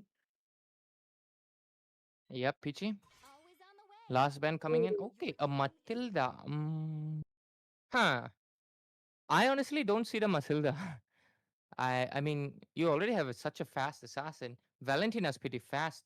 Matilda Esmeralda's pretty fast. Matilda is just gonna give an extra shield, which I don't think was necessary at all in this game. The Matilda ban, I feel like, is a bit wasted. Wasted, but with the link, I feel like that is really perfect though. I do understand the link doesn't need that mobility that is coming in from the Matilda, but that a bit of a shield and a bit of a heal that he needs is something I did want to see. It would be really very squishy if the team actually goes in for the Matilda. So yes, you are right that it is going to be a bit of a waste ban, but hey, Snow this time around going in for his signature. He's back onto the mage in this game, and that's going to be a Selena. That too against a Valentina. They don't want to give out, the ultimates for her. Yep, that's gonna be a good strategy after all. Make sure she doesn't really get anything at all. And okay, they are taking an awfully long time. God damn, just lock it. Okay, yeah, that's the hero. Like they're just like waiting it out after just showing that this is the hero that they are going in for. But hey, we'll have to see what the teams will be trying to go for the tank. They need a bit of a tank that's going to be working out with a Granger with a link. Yep, the heals was much needed, and the heal is something we are gonna get. But Hylos, I feel like is gonna be a good hero. Hylos would be pretty good indeed, Peachy. It would be good to chase the Selena, the Brody, who don't exactly have the most mobility. After they Yes. use their flicker, they are basically kind of like immediate bait. But oh, okay, I would even like the Grok actually. I remember the good old back days when Grok and Ling picking it is just auto win because these two are disgusting. But anyways, by the way, I have really loved one thing about recently the developers is that they have released a lot of good skins for the tanks, man. Glue, look at Atlas, S and Grok too, by the way. His wall is actually a goddamn wrecked ship. I really I mean when I first saw it, I was like confused. Wow, what is this? So yeah, I really like the fact that tanks are finally getting their chance to shine. And I do enjoy tank meta. I enjoy not dying. That's true. And with that, ladies and gentlemen, we are all ready for a game. 10 players right here. And with This could that, have been a Grok legend, by the way. oh, I mean, it does have that, but the shiny factor of a collector is a bit missing, in my opinion. I think it's uh, I think it's amazing for that second skill alone, Peachy. Like, Yeah, true. look at the grok, by the way. Cameraman, can you move it to the grok? Did Yes. he use the wall? I think he did. Yeah. See, Yeah, so see, cool. That definitely. wall alone makes it so worth it, man. So worth it. Anyways, we're gonna be getting into the game, and we're gonna be seeing how it's gonna be comeback esports. Are you looking for comeback? Are you looking for reverse sweep like your name suggests? Or are you going to be showing us real power? Let's see. Let's see. Once again, mid lane block. What is he going to do? He's trying to get out of the way. But hey, that's not going to be first blood. Vizio really trying his best to get a kill. Yes, Peachy. Almost got a kill right there. That's the Valentina and the Grok for you. They're really strong even in the early game because Valentina only has two skills, by the way, to dish out the damage. And that really puts into the good picture, isn't it? And okay, my screen has turned black. Has that happened for you? No, I think it might Okay, be a it's network issue. RIP, man. Ah, man, no worries. I'll take over till then. Looks Okay, like it's back now. It's back now. Yeah. let's Oh, I go. wonder why the screen turned black. Oh my It's god. not like. Anyways, mid side. Wow, that might be a first blood. Yes, indeed, it is. We're gonna be getting the first blood popping in, and I do. I mean, I like the fact that Grok has such a unique skin. But why did they release a same ocean octopus theme for Atlas also? I get it. Atlas is an octopus, but like they made Grok an octopus in this skin, so can't octopus be something else? Like an alien. A jellyfish? Oh yeah, he could have been a jellyfish. Jellyfish also have like bunch of legs, right? Yeah. Oh wow, you should work in the developer and design team. Like Peachy, what are you doing here? Get out of here. Get into it. That's a good design. I couldn't even think of it. But oh, top side, Big Hero 6. You might be getting the 6 Rhapsody, but no, Granger ran out of energy. Can't really do anything much mid side. Again, lot of damage being dished out. There is the Ling. Look at the damage. Oh, the shield almost saved, but Snow still gonna get taken down. Oh my goodness, that was definitely an aggressive play coming in from Snow as well. He tried to get a good amount of damage in, but onto the onset, he will be taken on a bit. Now, Mono will be taken down once again in that way that you did see in the first death of Mono as well. Total is up. It's kind of surprising to see how the teams are taking a bit of a time. Oh, KR7 really trying his way in, but Piaj will be taking away the turtle. Not quite sure why Zen is not quite aggressive onto the Paquito, taking out on a Esmeralda. Yeah, makes sense, I guess. Oh, good stun onto the Granger. Immediate flicker. And they're gonna be Oh, fine by the looks of it. But anyways, yep. not much really happened. We have 1 kill on one side and 2 kills on the other, and that's pretty much about it. UNS doing UNS things, Esmeralda doing Esmeralda things. Both of them are like, yeah, hey, going for work. They ignore each other completely, and now they're coming back to the fight. Esmeralda in the mid side, lot of damage to the Selena alone. Wow, that burst is Oh, crazy. And Paquito oh Piaj no! goes in for the aggression. Blink coming in back. Esmeralda has found the angle, but she doesn't have the button. Crazy enough onto the top lane as well. Big Hero 6 still lingering around with just 50% of his HP. Not even 50, that's amounting to almost like 25 right there. But hey, he's gonna get a good boost of health coming back. But we have not seen kind of much happening onto the hands of Ling or even onto Piaz. That's been just like, the teams trying to work around making sure that they get their neutral objectives. But wait a minute, Vinuya, you're all alone, buddy. Is it? I know you are in Uranus. You're trying to take Oh my god. down, and you will be successful in that. Next member, Rizio, he has to get out, but Vinya still trying to be the front laners right there. Red Moon has the damage really good, especially to the Uranus, which I was not expecting. Same.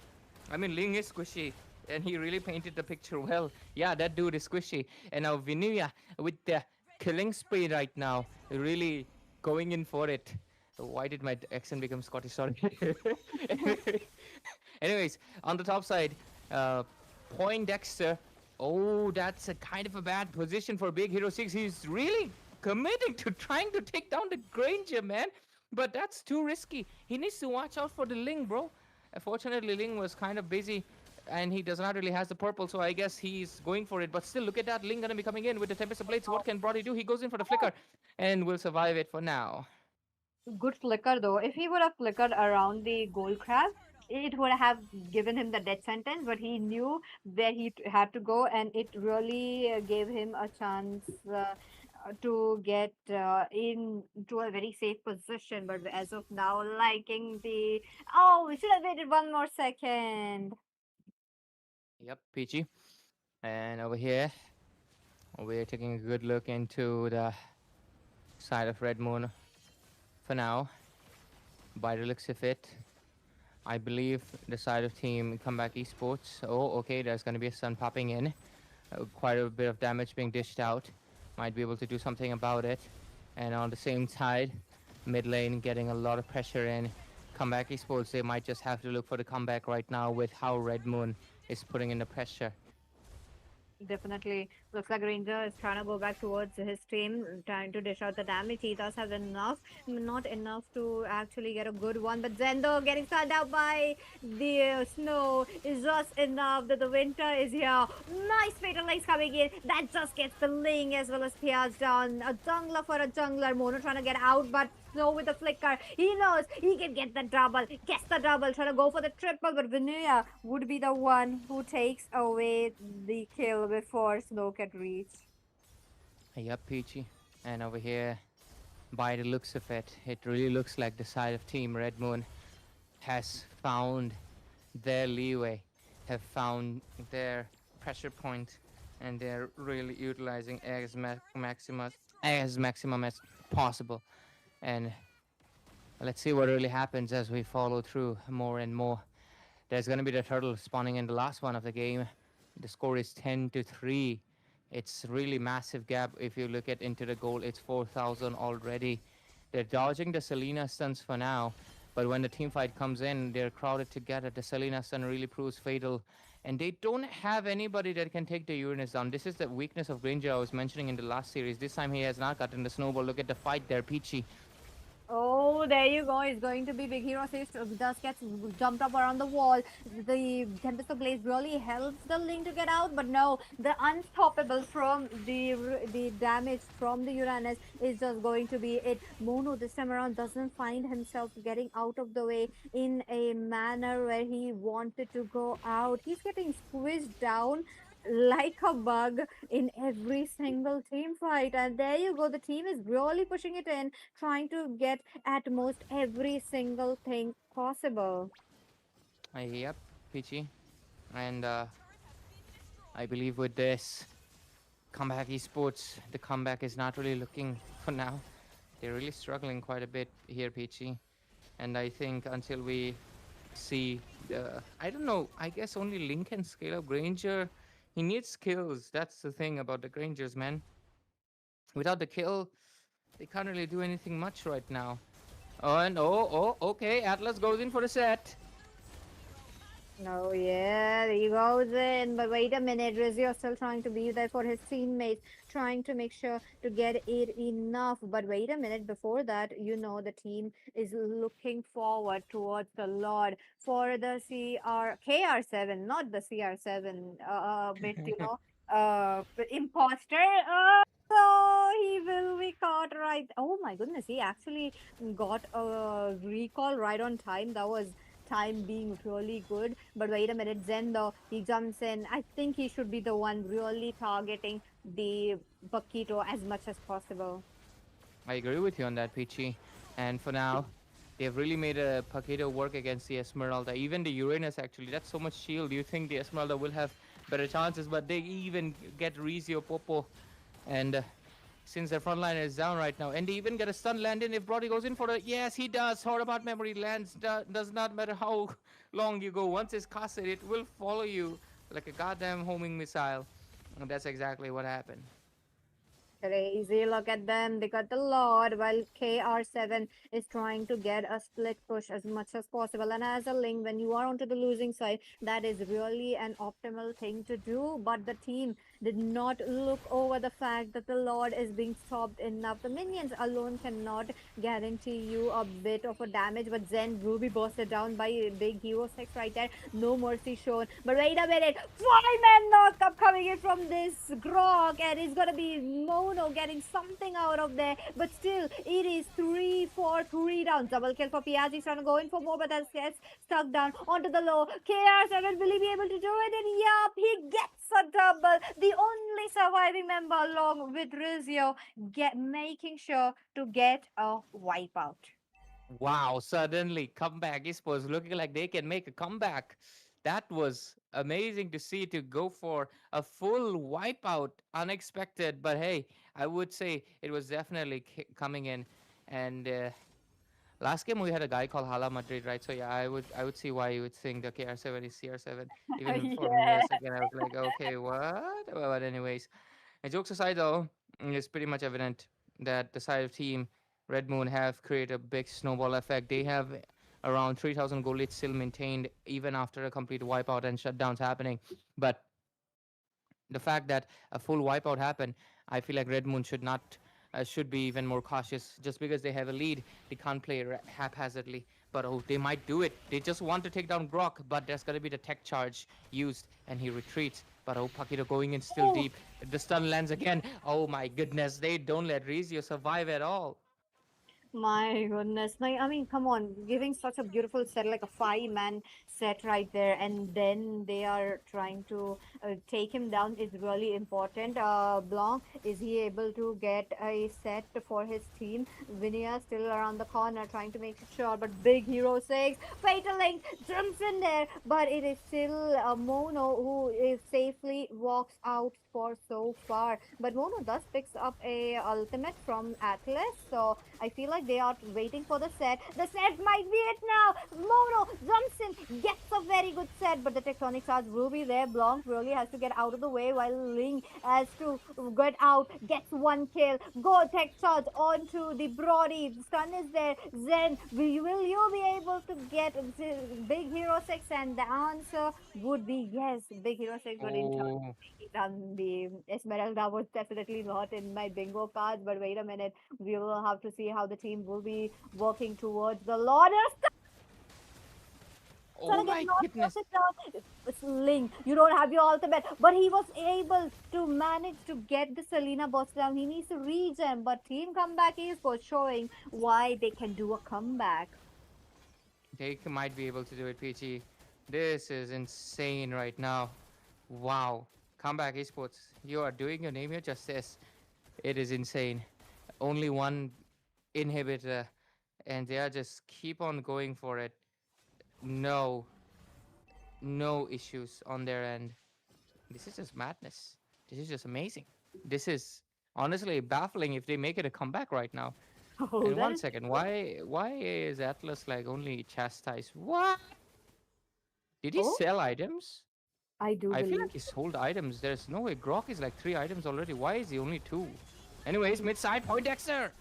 One man slow down. There's gonna be Snow who taken down. Wind of Nature coming in for Big Hero 6. He stuns down Whoa, whoa, the whoa, whoa, enemy whoa. and KR7. taken down. There was such a perfect stun coming in right on time. But wait a minute, Zen, he is also trying to do Blunder. something on the back lanes and will be himself the food for Big Hero 6. Blunder. They make a blunder. And that's gonna be giving them now back to square zero. Sorry, square one. What is square zero? Goddamn, that's infinity. Anyways, square one. Grok Oh, doing his best to just buy time, just stall, because Valentina alone can't defend. Okay, Poindexter, he's back. He better watch out for those Selena stuns. Oh, wait, yeah, Selena is only alive, my bad. She's not going to be able to give out the stuns for now. And with this, I believe Comeback Esports, their comeback has been delayed. And the Lord comes in a minute and a 10 seconds from now on. Or Lightning Truncheon, Sea Halberd, NTQRS, 600 stacks, 15 minutes. He's not that behind, but yeah, he needs to watch out. Hey, full burst, no rose gold. One Selena stun and it could be over. He needs to be careful. like, Selena did get a very good stun onto the link, the last abyssal arrow around the lord that we have just seen. But oh no, Selena taken down once again by the link.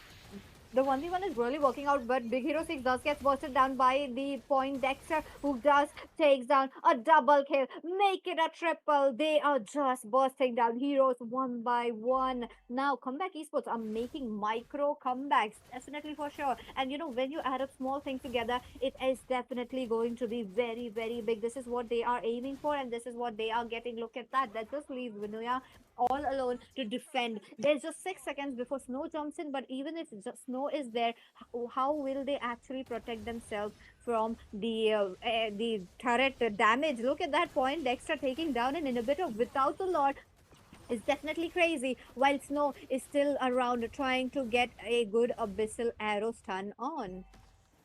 Exactly. A good defense nonetheless. And the Lord fight is going to be really crucial right now, Peachy. It's going to determine what really happens in the next few seconds. And, okay, Paquito. Oh no, oh no, May double kill for the lane. Mono gets one. Three members are down at the cost of none right there. Onto the side of Team Comeback Esports, they're finding themselves and they're hoisting themselves so far up that they don't want Red Moon to make the comeback with the lot coming in and the amount of, the lane synchronized is going to be something of an interesting to look out for. Oh, baby, so Hero 6, you need to go on. Wind of nature for him. He's gonna bust down. But no, Link jumps in at the right moment. He's gonna get Snow as well. Will it be possible? And yes, that is the answer is yes. It's a wipeout and team comeback esports. That's a 360 right here. Doing their name absolute justice, a full comeback from such a dominant game, and we're gonna be seeing the side of Red Moon fight it. I don't think it's gonna be a sweep anymore, Peach. I think the sweep era is gone. The side of Red Moon, it's pretty clear. They have a very dominant game in their hand. They just lost it because of the simple reason of, you know, a comeback, esports making the comeback. So, ooh, it's gonna get dirty and nasty in the next few in the next few games, I believe. We're not gonna be seeing a sweep. No, quite possible though. Reverse comeback is always a possible. Both of the teams have been, onto a 50-50 note, but somewhere along the lines, the league really got the snowball that he needed, especially onto Big Hero 6. And also, Big Hero 6 actually dealing a quite a good amount of damage. I was not expecting that Winter Crown onto the Granger at the very last moment, and the way that the Link jumped in, it was literally like, someone shielding the Granger, and that is just really, really good. Something Absolutely. interesting is here in the air because semi-finales are definitely 10 on 10, Ray. Absolutely. I mean, that's what happens when you put teams who have been clean sweeping the heck out of every other team, and now they finally face each other. And that's the reason, after all, sweep after sweep. And now both teams refuse to get swept. Even the last match, I would say Oshani were very keen on pushing it to a game four, but it didn't happen due to the sheer dominance. And not sheer dominance, a beautiful comeback. And it's very likely we can see this. I mean, we've already seen it once. Can come back, make it a comeback every time, and just not let Red Moon make any comebacks and make it a clean sweep instead? Or will they be in for a real comeback because Red Moon might be looking to take game number two? And we'll only find it out if we go into the draft phase of the game number two, right? Yes, sir. Let's see if the draft is Let's go ready. draft. Yeah, there you go. We are in for a draft. And with this, looks like Atlas will be a contender. Was, kind of worried about how there is a Atlas nerf, and but still, my goodness, they got it. Yeah, the second skill receiver receiving the nerf is not really affecting the sorry. Yeah, Yeah. understandable, understandable. The second But skill, yeah, the second skill not getting that nerf is making him a little bit, you know, what do you say, easier to handle, but his setup potential is still one of the strongest in the game. And like I mentioned, until next season, unless we get a hero that can counter him, melt him, stop him, he's going to be staying in the meta for quite a while. definitely. Bans have been done. The teams are already right here with what they want to show. And there you go. It's going to be a Hirara open and taken as well. Hirara, that was interesting. But onto the same note, what about the jungler? The Nolan is still open. Nolan is open, yeah. Ling is open. A lot of options are still open for Piaj. Paquito has been left out completely. I feel like if the side of team Red Moon is smart about it, they can definitely go for the Esmeralda to make sure they counter out the Paquito just in case it gets picked. But I don't think the side of team um, Comeback Esports will go for a Paquito at all this time. They might commit with something else instead. Okay, a Novaria early pick. This does that mean like suddenly the Novaria is good? But it means one thing, the fact that they don't want to reveal other picks yet.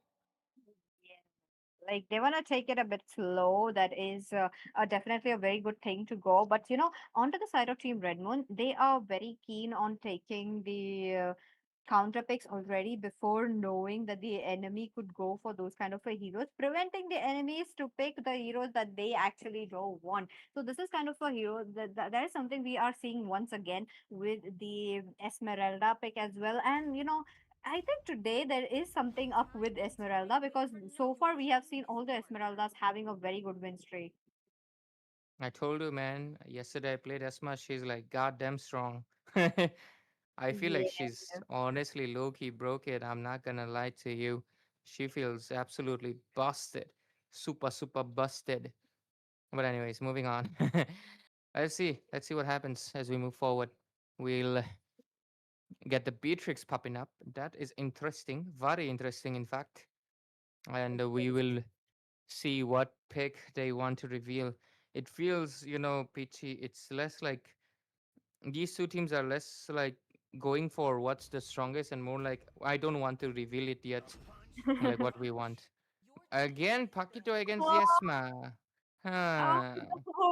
no, not sure. Like I'm not following it through though. Understandable that it is an EXP Esmeralda, so you're not gonna, the Paquito is not gonna Yeah, meet yeah. Esmeralda much unless if this Paquito is a jungler. But this is, don't have a feeling. Like I don't have a feeling. No, wait a minute. What if they actually put Vinuya on the EXP and but they actually put jungler Paquito?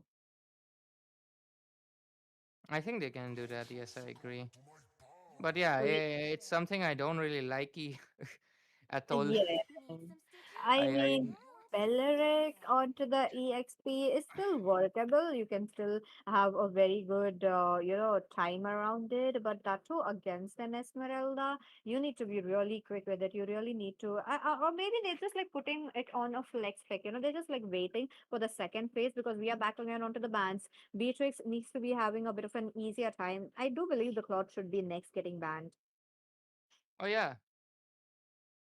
you're actually right about that. The Claude. I feel like the Claude will 100% be like a massive issue for them, honestly. Yeah. And if they don't deal with it, it's gonna be really a tiresome issue for them. I feel like they should just 100% just go for it. Let's see if they do commit for the one last ban. But before that, the enemy has to ban it off. That's going to be a Selena. They don't want to give out a Selena, which is definitely a lot to speak about. But since you are, I I feel like there might be a Rafaela coming in mid Rafaela lane. for the side of Team Red Moon. Yeah, mid lane. I think it How will be perfect.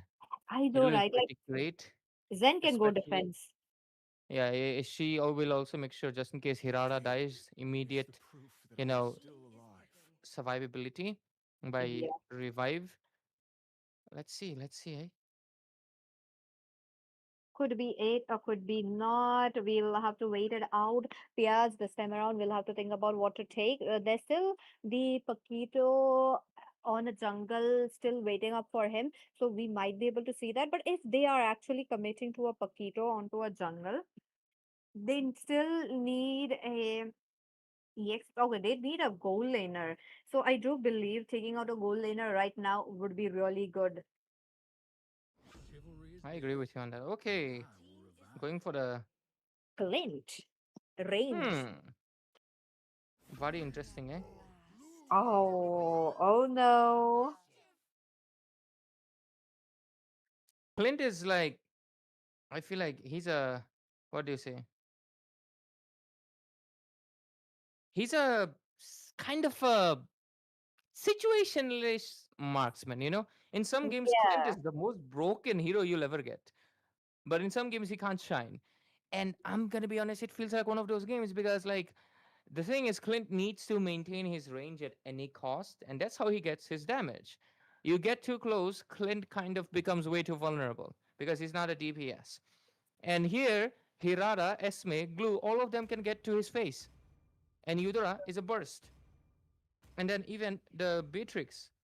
Like there's like a lot of heroes, man, that he needs to counter. Oh, oh my goodness. We'll have to see how that's going to work out because the range that they have to work around. Yep. It looks like it's going to be a Paquito onto the jungle and coming back to the Cleveland. He is going to be really put in a lot of uncomfortable spot and a lot of time.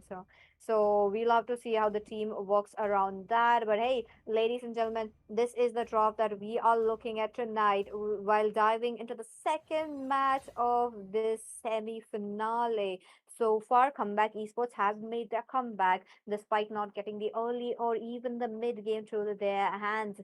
So we will have to look forward what they will be trying to do. But Red Moon have been such a perfect contender for them. No wonder they are against each other, Ray. Yep, Peachy. And with this, we go into the game number two, ladies and gentlemen. It's only gonna get exciting from here on because we'll see if Red Moon can make it a comeback themselves or Comeback Esports will actually be the one in the dominating force. Let's dive in and let's see what will happen. Let's go, let's go, let's go. And with this first blood predictions, Ray, let me start first. I think it's going to be, Mono taking the first blood. How about you? Mono taking the first blood. Yeah. I want to predict uh maybe the Clint getting first blood. Ooh, I think I cursed it, maybe. Not yet, not yet. But Blanc gets to be the first blood right here. He's gonna fall down. That was way too aggressive, even for a Khalid. Absolutely peachy. And I guess as we move forward right now, we just gotta see what the next game entails for us. Sorry, what this game entails for us as the first hurdle will be coming. What does that mean? Okay, okay. First turtle gonna be here very, very soon. And with this, the teams, especially for comeback esports, they will be around the map since the mid game has been not really favorable for them. And, how they were the ones taking those kills. So let's see what they will be trying to do. Blank, he's kind of slow, but oh no, Piaz, he does get jumped on, and Mono takes the kill right here. The Rizio is trying to immobilize as much as possible. Blanc would be the second one. Vinia, will he be able to do that? He's targeting Mono as much as possible, but the stuns from him is just too much enough that into the back lanes he has to fall down, but not before because that's a Uranus that we're talking about can regen so quickly. But before that, No, wait a Maria. minute. No, down. Unfortunate circumstance, but they at least get a trade-off. 4-1 score right now, and Rizio Popo with 2 kills and one dead. Poindexter 0. The rest of all of Mono though 202. I think instead of curse, you blessed him. I mean, that survival, like the way that he just survived, I think that was a blessing for him. But at the same time, Rizio Popo really trying to, open up the map for his team, trying to make sure to get it on. But Snow does get glue stacks onto him. Wait a minute, Poindexter! That was such an aggressive play coming in with a flicker. But Cody, that's not going to be a Hirara's kill as well. Vinaya trying to be there for the team, but at the same time, Vinaya is looking forward for the glue to be off. And no, will he be able to do that? There, he does have a bit of a backup, but KR7 gets it on. Clint, next target, flickering in. They get him completely. Killing spree for the Mono. It's not over. Blanc might be the next member right here, but that's a tank that you guys are targeting. So Comeback Esports are not keen on taking Blanc. Yep, PC. And judging by the score right now, 8-1. God damn. Oh. Come back. They're really going in for the aggression this time around, taking the lead, taking the charge. But yeah, it's still early game. We can't exactly judge on that, honestly. I would say it will take us a while until we honestly get a proper script of what's going to really happen as we move forward. Okay, what just happened? What? Did he lag? I do believe he did because at least the Clint would have hit it. But oh no. Did you just see the shotgun damage? That was just too much. Blanc, he's Beatrix all shotgun is alone. just Eudora He's in disguise. scared. No way. Why would you jump under the turret? That too in front of a Beatrix who has already two kills in her hand. That was not it. Not the decision. Brother Dice connects to none. Piaz, he does get immobilized by Zen and KR7 gets the turtle. Piaz, you know that immobilization really worked wonders. And Zen this time around finally going in for Piaz as much as possible. And that just says Vinuya is going to get a death sentence as well. Yep, Peachy. And with this, I think Red Moon, they're struggling quite a bit this time around. And they're really trying absolutely everything they physically can. But for how long is a big question. They only have one kill. Meanwhile, Comeback Esports walking Oh, with 13. Okay, mid side. Mono taking a lot of damage, but immediately retreats. Oh, that shot! Almost. shot almost killed it right there. But Zen is just trying to make sure to get big hero six. Wait a minute, he's out of the way, and now mid lane is going to be in a jeopardy very soon because Sinara jumps in trying to get Snow. Will he be able to do that? No, and that's Novaria that you're talking about. The quick mobility onto her hands is going to be working wonders for her, but the mid lane might be taken on. Zen jumps in onto Blanc. He's trying to get Vinuya as well, but onto the back lanes there goes Rizio. He's trying to make way for his teammates, but the teammates are way too far behind. Snow will be the first one to fall down. Rizio by the turret's help and Clint taking away the kill. Yes! No way, he does not survive that. But KR7 does gets a kill. Poindexter goes unstoppable. 505. Are you kidding me? This is just a early game. Beatrix shotgun, I will always say it's the Eudora in disguise. Its burst is goddamn insane. And I told you, right? Clint weakness if someone gets too close. And Beatrix is able to get close and win her lane, and now she's 505. The more she scales up, the more scarier she becomes. Her rocket boosters, the bazooka, is just gonna be able to melt through everything. And now she switches to sniper. This Poindexter, his Beatrix is really strong. 100% true. And, this is like one of the marksmen I feel like is user specific, like when the user Yeah, actually, she's like yeah, Valentina. yeah, It's correct. they'll never be off meta or they'll never be meta either because it's very user dependent. But oh Mono, shut down 400 gold given away. Oh no, not looking quite good, but there goes Blanc trying to get stun onto Rizio Popos. That's going to be Snow with the Novaria taking it away. Piaz, he has to get out of the way. He has to forget about his buff. Whoa, oh, whoa, going for the stun, but no. Big Hero 6, his bullets pierce through Beatrix as quickly as possible. BS is really low, but Zen is still around the corner trying to get Piaz. I don't think that's going to be possible given the fact that he just took refuge under the turret and that just gave in KR7 the buff. He and possibly another buff as well. By the looks of it, 20 to 5, but that shutdown was a massive one. Two in a row as Oh, well. It is like I mean, comeback esports. They're gonna make sure Redmond does not make the comeback instead this time around after such a domination. Okay. Glue gets on top. oh, he's Oh, trying to in jump in, but revenge. yes, will be taking that. That's mono for you, making sure to get a distance. Zen has enough time to get the chance to jump in as well. But oh, flicker from Vidya, and that just catches off big, the Clint as well. But hey, Hirara have fallen down. Yep. And with this over here, Yudra is waiting in that bush very keenly. That's the most Yudra behavior possible. That is true. But hey, let's see who's gonna be the victim. Hey, Snow, my boy. No No! way. Don't buy that bait, my friend. Let your tank check the bushes where there's a Eudora. You need to respect the Eudora phobia. You're brave, I know. But yeah, be careful when you go nearby bushes. That is true, but hey, we love to Oh, see glue. Piazzo. He's getting cornered so much right there. The And with burst is that, insane. Oh my. Oh. If the sniper led that would have been like the biggest highlight of the night. But look at that, Beatrix. Oh, the damage. Insanity. Oh my goodness, Beatrix, she is all farmed up. She is just, there is like no space for her, like for the Clint to do something. And this time around, KR7 thus gets the Lord as well. Now, with the Lord onto their hands, they will be trying to open up the inhibitors, which is going to be really, really crucial. So let's wait and watch how they will be trying to do the same.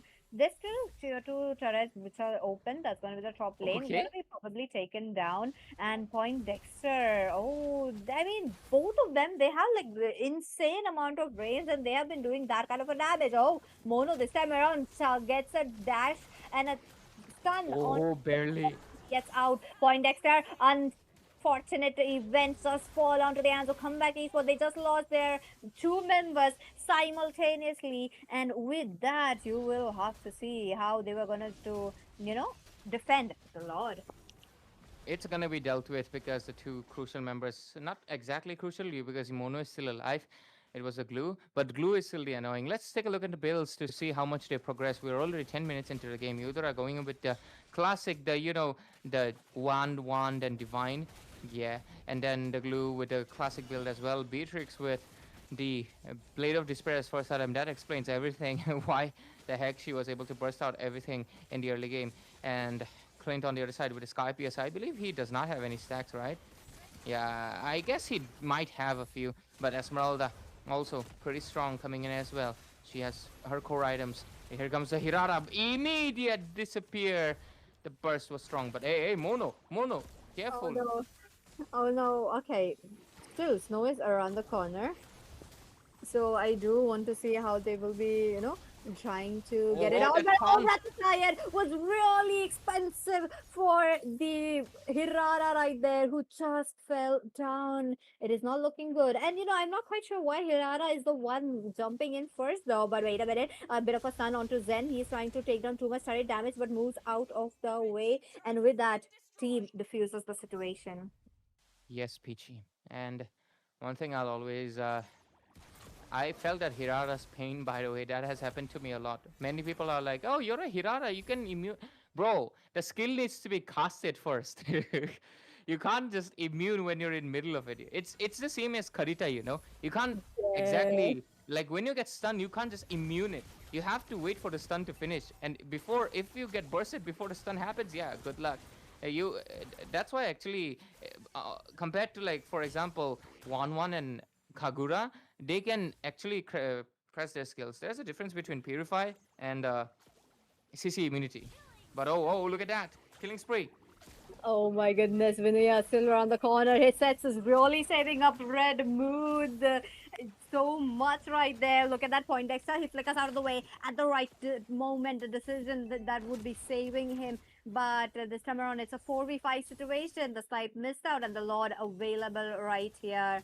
Now, Poindexter is really in a lot of trouble given the fact that he is in a constant target, especially for Big Hero 6 and even Snow.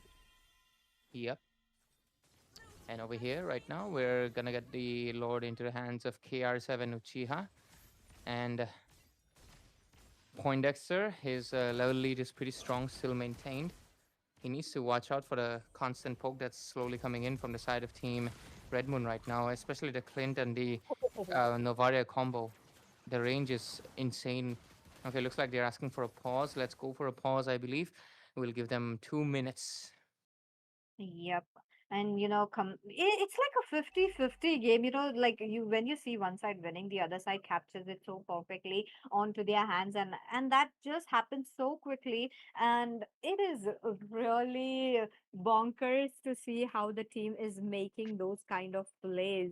Once Red Moon does get the snowball, Comeback Esports tries to snatch it away. And when Comeback Esports gets the snowball, it is Red Moon who's trying to snatch it away. So once again, it is like a loop, a cycle that is just never ending for them. But this time around, Red Moon are pushed a bit behind because of the turrets that they have lost. The mini comeback that's, Comeback Esports love to make is really rewarding them a lot.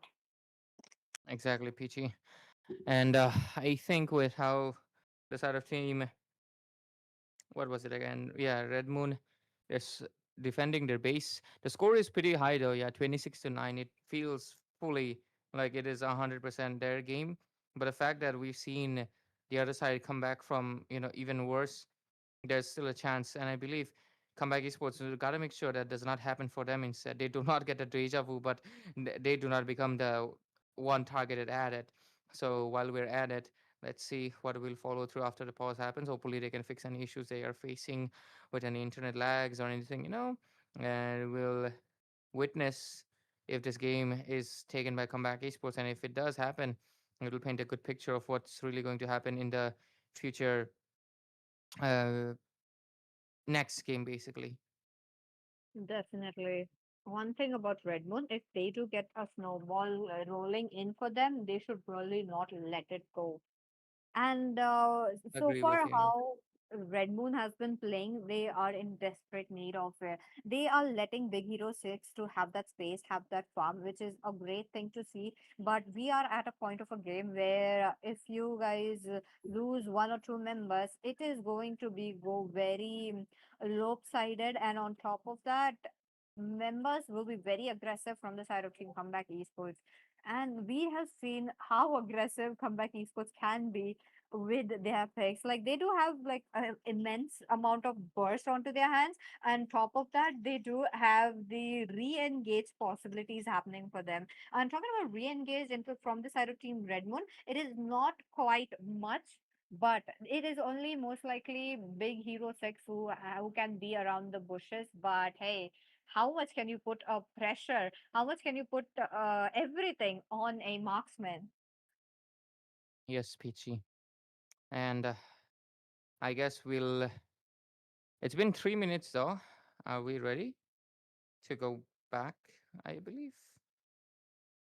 I think so. Yes, we are. And with that, the teams have already on a big run, Hey, especially. hey, hey, Beatrix. Oh no! Oh! Oh, nice damage, nice damage, but the side missing out and Poindexter Broly having a lucky save right here. Piaz, he's getting targeted by the Hirara, one shot away. There goes the kill for Hirara. They lose out the members. The Lord is coming in. What are they going to do? No way! No way! How will they My defend goodness. the Lord? My goodness. This might be the end. Is it the end? The possible end that we might see over here. Oh no, oh no, this is what I did not wanted to see. Comeback Esports really having a in onto the crystal. Look at them, they are not leaving anything open and losing out onto the Big Hero 6. The Clint already set the place on fire for Red Moon. They did not had any chance right there, but my goodness, that was really a lot. Like a lot of damage coming in. Not quite sure why Pia just, left up. Like he was trying to get out, but he did not put enough efforts. Like I felt like he was just not trying to get out of the way. He just wanted to get over with. Oof. I am gonna point out one thing, man. I feel like the Paqueto, they gotta leave that Paqueto, man. Like, No way. Today is not the day for Paqueto. And Esmeralda, it is something. Like something is up. yeah, why no Esmeralda, dog? Like, guys, pick up the goddamn Esmeralda. But we are in a match point for comeback esports. They've been so close right here. One step away, we will get to know who's going to be the one last finale. But reverse sweep is always an option as usual. So I do want to see if reverse sweep is something that we are going to see. It's been quite a long time that I have not actually seen a reverse sweep, and all of most of the games is just clean sweep. What is happening? Even the grand finale, like with the trend that we are seeing, it might be just a clean sweep. I mean, it will be like some people might say it's boring, but pure dominance is sometimes really good to see, especially when the other team is something very equal as well. And I believe if we're ready for the game number three draft, we'll head on to it as soon as possible. And I think it is what was it again? I believe Um, Red Moon. They're definitely what was the thing again? I think they gotta let go of the Paquito first. Then the Yes. second is for sure is Well, to, that's what. I mean, that hero, I think, could have done something like that, especially against Point Dexter. especially when your goal lane, I mean your opponent's goal lane, mid lane, both of them dominate. It's really hard to make a, you know, make it. What do you Get say? a very I'm not finding the appropriate word, man. But I mean appropriate in the word correct word. I can use another word, but I don't think it would be appropriate. But anyways, we're looking forward to the game number three right now and to see how the draft really changes. Let's see if you're ready. We kind of want to see what is it going to be happening. Herrera most likely will get a ban, but if not, either of the teams will definitely will have to pick. And even if they don't, there is still ample of assassins still open. I don't think so. Anyone would just leave out on Herrera, like on how she is standing in the meta as of now. So with that, let's see how it is going to be. But would have done that trick as well. I have a feeling that if PL just picks out a assassins, who, in this match, they do have a very good chance of winning. Yeah, they got to switch off from the Paquito jungle, leave it, put it in the dirt, or if you really want, just pick up the Esmeralda. And second thing is going to be for sure is the fact that the side of Team Red Moon has been really prioritizing the ban into the goal lane, especially the Brody and the Melissa. Try to get one of them as your priority. And Comeback Esports has done it. In the previous series, we've seen the same thing. Melissa was prioritized. I feel like goal lane has been a very key input for it. But I mean, Fored almost carried his team with the Granger as well. So I feel like give your goal lane the most comfortable and most meta pick you can possibly get. The Clint felt like a last resort rather than something that they actually wanted. They would just wanted something with a range. So I guess they got to prioritize those heroes, man.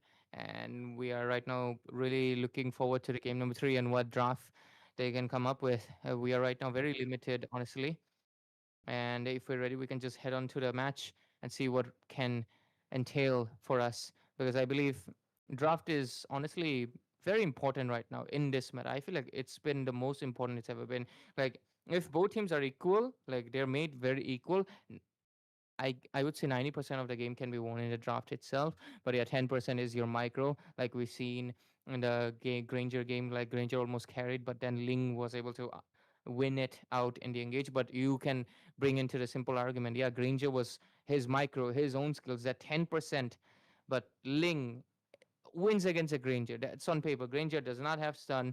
Granger cannot lock on. Ling is a natural counter for the Granger. It's just that Granger was too farmer for the Ling to be doing anything. So they just gotta win the draft, man. Let's see if they do win the drop this time around because it's going to be Team Comeback Esports for the match point. Now, with the match point, they are very, very close. And let's see how it goes. Yep. Let's go into the draft and see what really happens because I'm really looking forward to.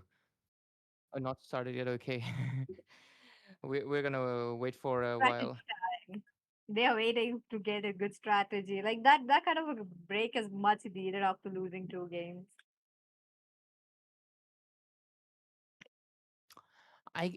What is a hero we haven't seen yet? Nolan we've not seen yet in the jungle. And in the goal lane, I guess Melissa, Claude, all of that is kind of the samey thing. On the XP side, I don't think we're gonna be seeing anything else from the Esme and the Right. Uranus and all those Barats is gonna get banned out for sure. They're not gonna get anything else. And apart from that, what Hmm. else do you think? Beatrice was definitely an unorthodox pick along with the Granger that we have seen just today. Was not expecting that, but hey, in a way that they banned out the Melissa and the Brody, I was expecting a Claude and a Carrie, but that was like way far stretched up that they actually did not want to go with that kind of hero. But before that, now that the Beatrix does have such a good performance, what are they going to do though? What is like the solution for it? Because for the Beatrix, the player who just played it all, it does shows that he is like really onto that one lane and having that amount of hours on it. Yep.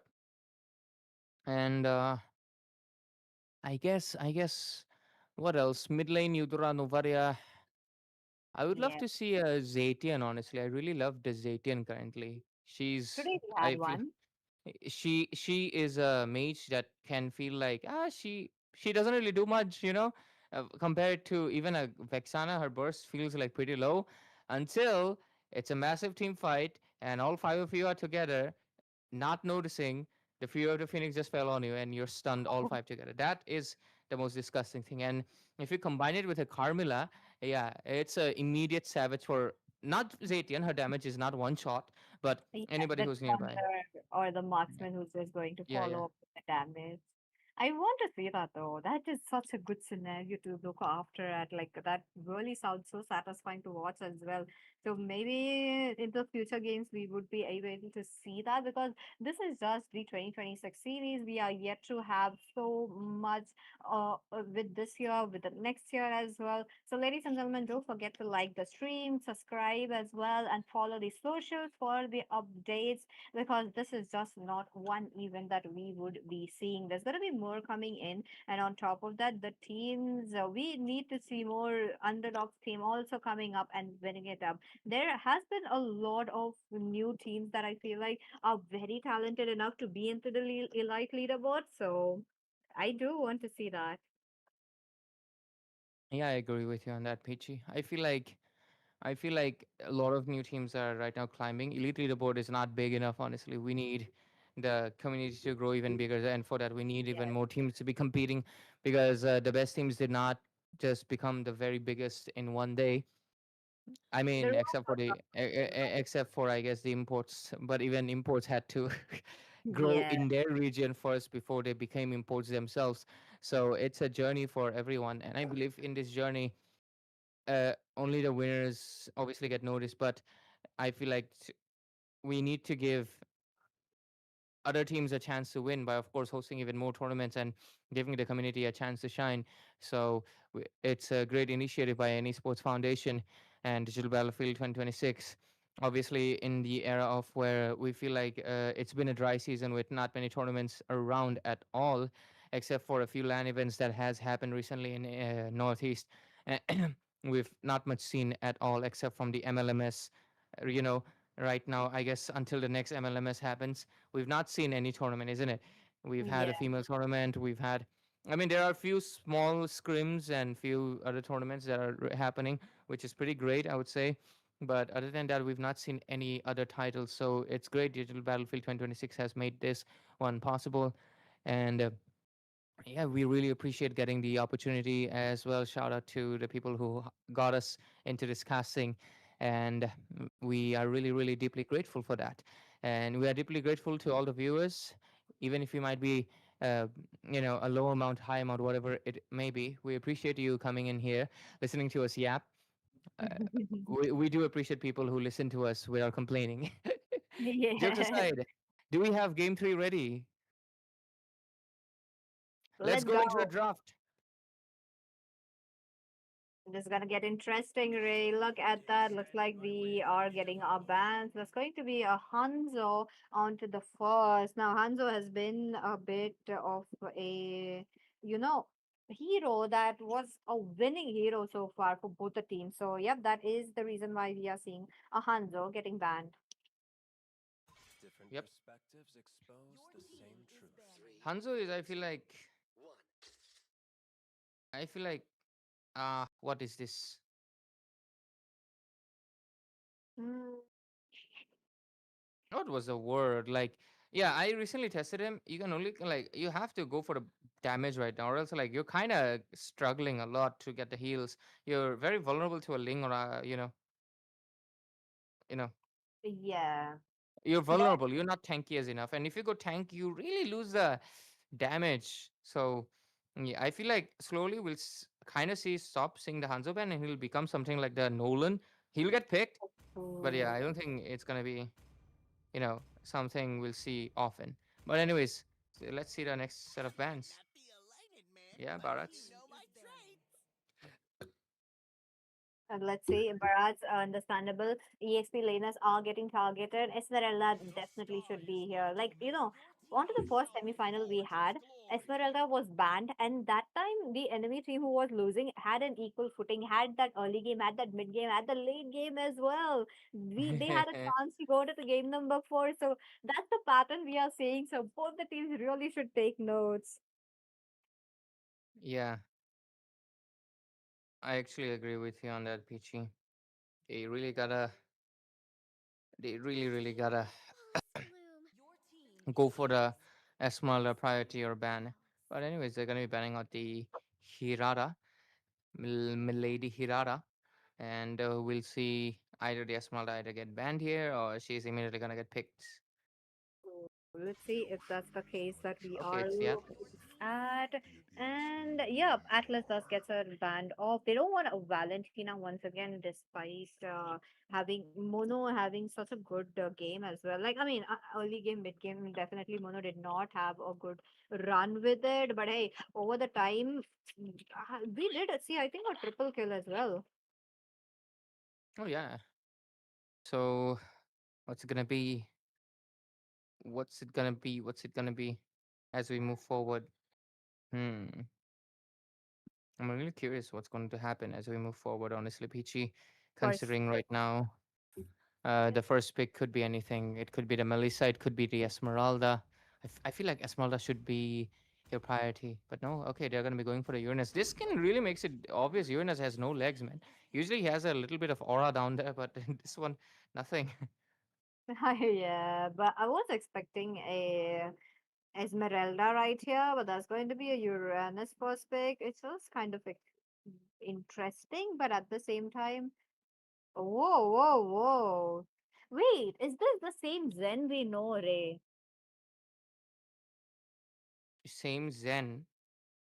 No, no, no. He has Oh, only one N. oh, okay, okay. Yep. Uh, Masha is going to be a pick? Like, I get that she has that attack speed going on onto the EXP lane, but how well she's gonna fit in this kind of team composition? Yes, she has a very good chance to jump onto the back lanes, Esma, but the Esma. speed is Where needed. Esma? I Yeah, there just you knew it. go. He's wasting our time. Zen, you. It's an obvious Esmeralda. I mean, I'm really surprised. Red Moon did not go for the Esmeralda. It's Red Moon, right, on the blue side now. Yes, Yeah, Red Moon. comeback esports is on the. Oh wait, one second. Comeback is on the first pick. Yeah, and Red Moon is on the. What am I even saying? God damn. Where is Snow? Snow was on. Red Moon. Yeah, Snow Yeah, is and in the red side. No, wait. yeah, blue He's in the side. blue. Oh, he's the Yeah, one who's taking you. That's the reason why we're not able to spot him. yeah. But yeah, comeback esports on the red side, and yeah, it's the comeback esports who are just picking the Esmeralda. I don't know. I don't know why they are not picking up the Esmeralda at all, though. Hoo, hoo, hoo. Not liking it, not liking it. But hey, we might get a Novaria once again. Yep, they just locked it in. We do get Lancelot. Oh my goodness, did they hear me? Finally, Lancelot appearing after a very long while. And now we're going to be getting, yeah, definitely Ling, the Sign Finch Oh, coming in. Ling Lance. I really miss the old Lancelot portrait, by the way. That one was Giga Chad. agreed. I mean, that was serving Ling, so not Ling, but Lancelot, Lancelot, the proper count. Yeah. Hey, but it's okay. We have to mourn some things about in this game. But hey, we have to go towards the banning section. Brody might be next. There has been such a counter pick for a lot of marksmen, so I do feel like we will be able to get it. But before that, what about me? So you don't need to go. Mm. Oh, that's Again, this is what I was talking about, man. I feel like they could have prioritized the Melissa or the Brody. I get it, the Melissa would be kind of bad against the Belleric, but hey, it doesn't really stop anyone, you know? I mean, we did see a match though. Oh, Exactly. respect, man. So yeah, Respect, I feel like, goddamn, so many marksmen. So what's open? man. Goddamn, yeah, the rank terrify, the one who's the most feared in the rank games right now, with almost a 90% ban rate. all across Oh, from mythical glory to immortal. We would have never thought. Nobody, even in 20 seasons, would have ever thought that we would see a Mia meta, but we are in the Mia meta. What are we going to be seeing? Wow, just showing oh, every marksman available. 1-1 place. 1-1, please. It's been such a long time. Like, come on, I do want to see her in meta at least once. At least a game, though. Like, in this game, it would be really, really hard to play, but I don't think so. I don't think so. That's happening. And there you go. There's a bit of a lineup change as well. We are seeing Sakuya Maiden coming up as well. Oh yeah, it looks like they got a substitute this time around, and we're gonna be getting the side of team. Okay. Oh wow, Eudora was left out of it. Ilo, Eudora open. That's gonna be not good. These are like the most feared heroes in rank versus heroes that don't get picked. Like if they pick Mia, Eudora, and then they even have the Beleric, it's just the Pretty tough. rank ban heroes. And Oh. goddamn, they're really taking their time. They're really taking their sweet time. Mono, come on, bro. Oh, looks like everyone's swapping the heroes. Oh my goodness. Yeah, that's what I thought. I would know would be playing out onto the other lanes. He gets his Navaria. There is really great amount of sustain plus the backlane clearance coming in from the Lancelot as well. But onto the other side, it has been such a constant win condition for them with a Esmeralda with something interesting right now onto the goal lane as well. So I do want to see how they will be working it out. With that, we will be soon going onto the land of Dawn, and they are just missing an Angela to complete the set of Kenshin. So Why did they go Carmilla? Should have gone Angela, bro. Should have gone for the Kinshin Denshinsu set. Yeah, yes, whatever that was, man. God damn it.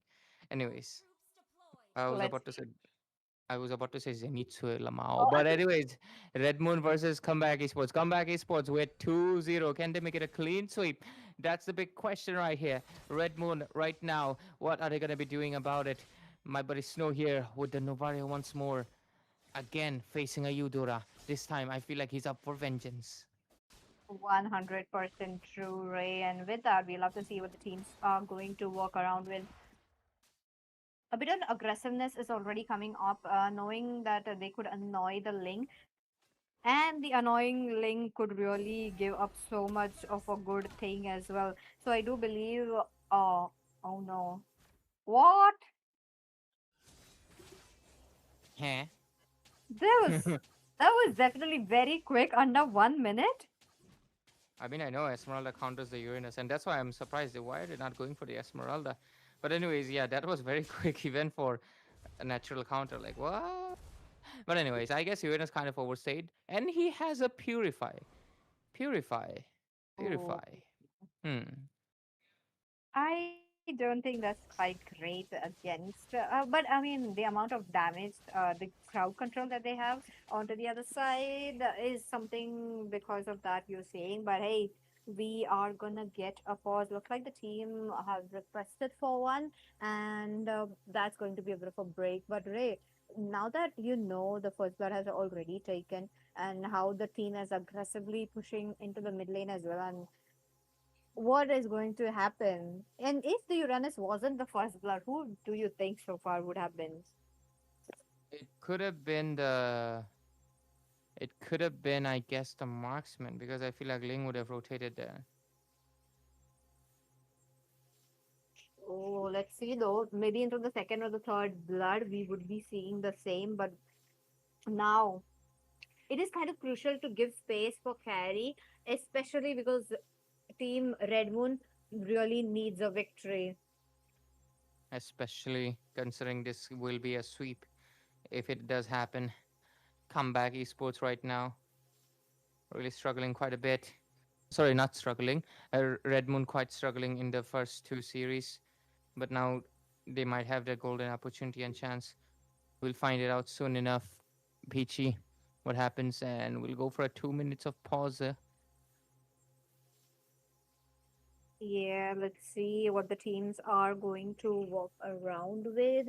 And now that, comeback esports have a Mia and a Ling, which is known to be a bit squishy, especially Mia in the clutches of the Lancelot. I'm kind of curious to see how that is going to work out. Mid game is going to be really slow for them. Late game is something we have to look forward to. Yep, Peachy. 28 minutes into the game. Sorry, 28 minutes left on the pause clock. I believe 2 minutes is going to happen right now. And yeah, it's been 2 minutes. I guess that's the amount of pause we can give them. And right now we'll dive back into the game. Hopefully all their issues have been fixed out. Anyways, oh yeah, we can see why the Esmeralda was winning, man. Even as he's squishy in the early game and his shield is not doing anything to him. If anything, it's backfiring. Oh no, not a great thing to see, but at the same time, Blanc as well as Novaria have been on a hunt. They don't have like a very hard crowd control onto their hands, so they will have to play it a bit safe. Carmilla taking on too much damage, but has a bit of a regen onto hands. And with that, Vinoya has to get out of the way. Yep, Peachy. They have to. And with this, we'll now see the side of team comeback esports already heading towards the turtle. They might be able to do it right here. Okay, Mono being the target uses a flicker. Oh, erase the taunt coming in from Rizio, but at the same time the turtle is up. They need to capture the river area so far. Oh no. Mono taken down. I really thought that comeback esports might be getting the river area to themselves, but no. With Mono dead, they will have to go for. But Point Dexter, though, crazy enough, is sweeping so much right there from the gold shield. Big Hero 6 finally pops in at the very right moment, but at what cost? There's a whole 90%, I mean, not even 90, that's like 95% of the gold sheet is into the hands of the Mia. Yep, Peachy. And I believe right now, Red Moon with their one kill. This time, they are feeling a bit more confident that two into the hands of Snow. Snow has to be really careful though. Okay, that's going to be a really impressive taunt. Big Hero 6 did not even have a chance to respond back.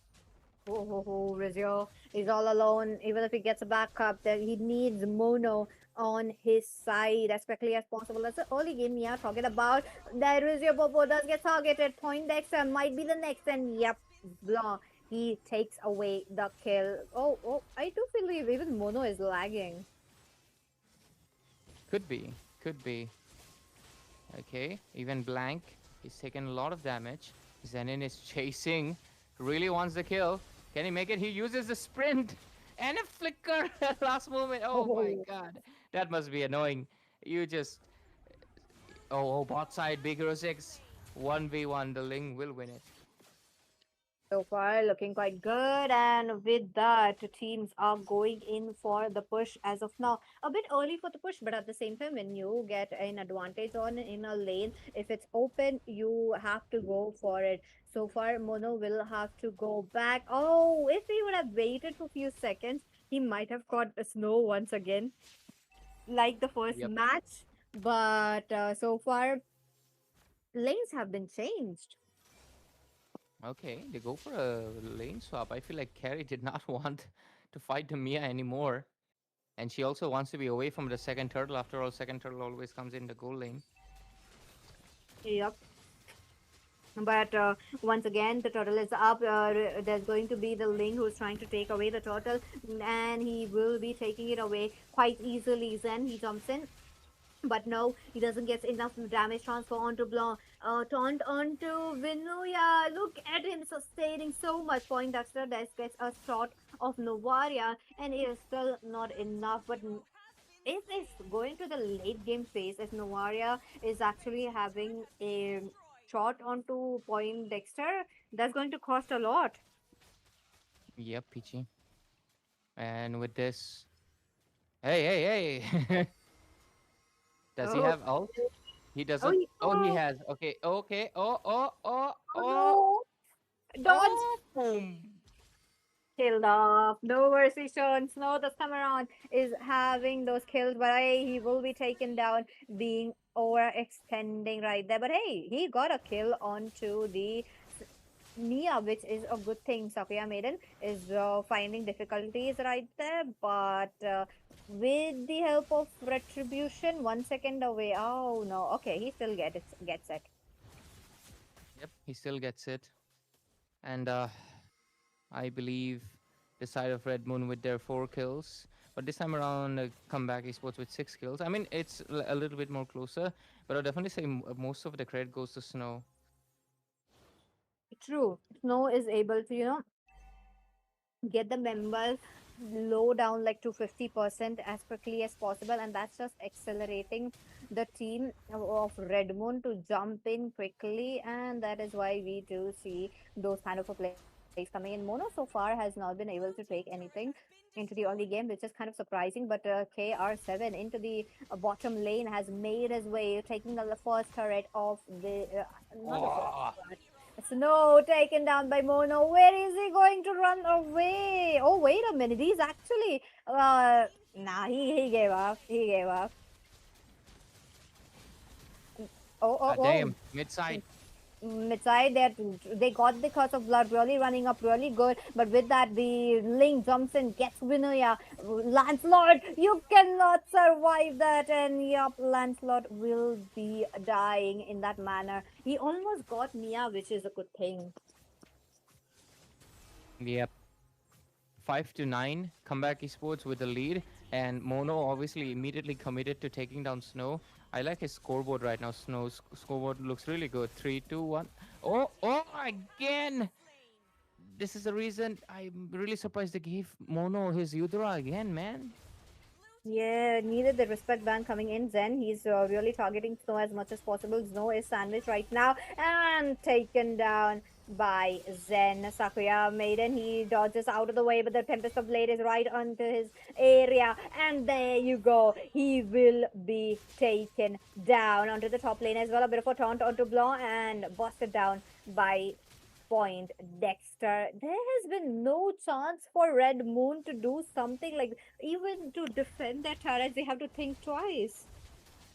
Exactly. The side of comeback esports just after the first game comeback, they have been a pure era of domination that they are just doing constantly. And I feel like it's gonna be giving the credit to the Esmeralda where it's due. She is the one responsible for being such a nuisance of a front line. And then obviously you have Mono who's causing the disruption to the Novaria right now, who was the one responsible, and even Big Hero 6. And with this, the Ling has enough time to farm. And since he has enough time to farm, he's gotten 5 kills, and that is all the snowball he needed. Oh, this is not looking good, but at the same time, the amount of pressure that comeback esports are putting, especially onto the turrets. Are you kidding me? This is like a 9 minute game, and all the turrets are swept off, Oh, while Mono will be the first one to fall down. The oh, brother Beric, planning on it so damn. perfectly that Big Hero 6 has to fall down right there. Blocked the damage, the critical damage from this link is just enough to take him down. Mia, you need to get out of the way. 2 shots from the turret and she's already low. Vinuya, oh my goodness, able to melt down Vinuya is crazy. Rizio really being there for his teammate right in front, but still, that's the Novaria that it's talking about. Exactly, Peachy. That's the Novaria we're talking about. And the Lord Peon Dexter can easily take it solo even. But yeah, Ling will just go Yes. for insurance. Just in case there is a Novaria shot or something coming in. You never know. You never know. Anyways, with this comeback, esports 16 kills against Red Moon 6. The goal lead is right now staggering, sitting at 8,000. No, yeah, 8,000. Oh, mid side, Rizio pop. He does pop his ultimate, but at what cost? Vinuya and Blanc is the one who does get taunted. CR7 trying to go for Vinuya. He gets it. He gets a godlike 702 in a run for the MVP. He pops his tempers of plane in a defensive manner to get it out. And Big Hero 6 finally finding himself a bit of a space. But at what cost? Because the space might not be something right now that they need because the Lord is coming in. Plus, the defense should be up right now. Yep, Peachy. Red Moon, what can you do about it? The late game is also not that strong compared to the insane late game, which is the Mia and the Ling onto the other side, and the plus the fact that Belleric, even though yes, he is a tank. He is one of the tanks that can actually deal with the carry, especially because of his passive. And now with the Lord popping up on the top side, they might be able to get a win right here. Look at the Retrograde Ride completely catching carry. She is just gone. Oh my goodness. With that, three members down. The Lord is inside. Mono as well as Snow. They're trying to compete They for are something ending. quite open. They are ending. One shot away. Lord has gone. There Hey, is no no minion. chance. And no, they did not end it. They get Snow. That's a legendary for KR7. The pressure is high building up because the minion from the mid lane is quite there. Despite that, KR7 jumps it in. And it's gonna be Team Comeback Esports. Gonna be the second finale of the Digital Battlefield 2026. Yep. We did not even see comeback esports comeback after the first comeback that they made in the first game, and they have been on a domination spree right here.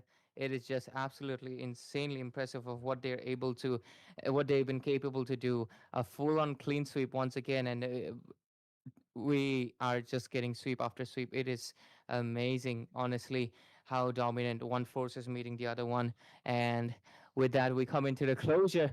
It was a pretty fast end. We could not, I feel like we could have hyped it up more, but it was just happened so abruptly. I feel like Red Moon did not even get the chance to actually respond.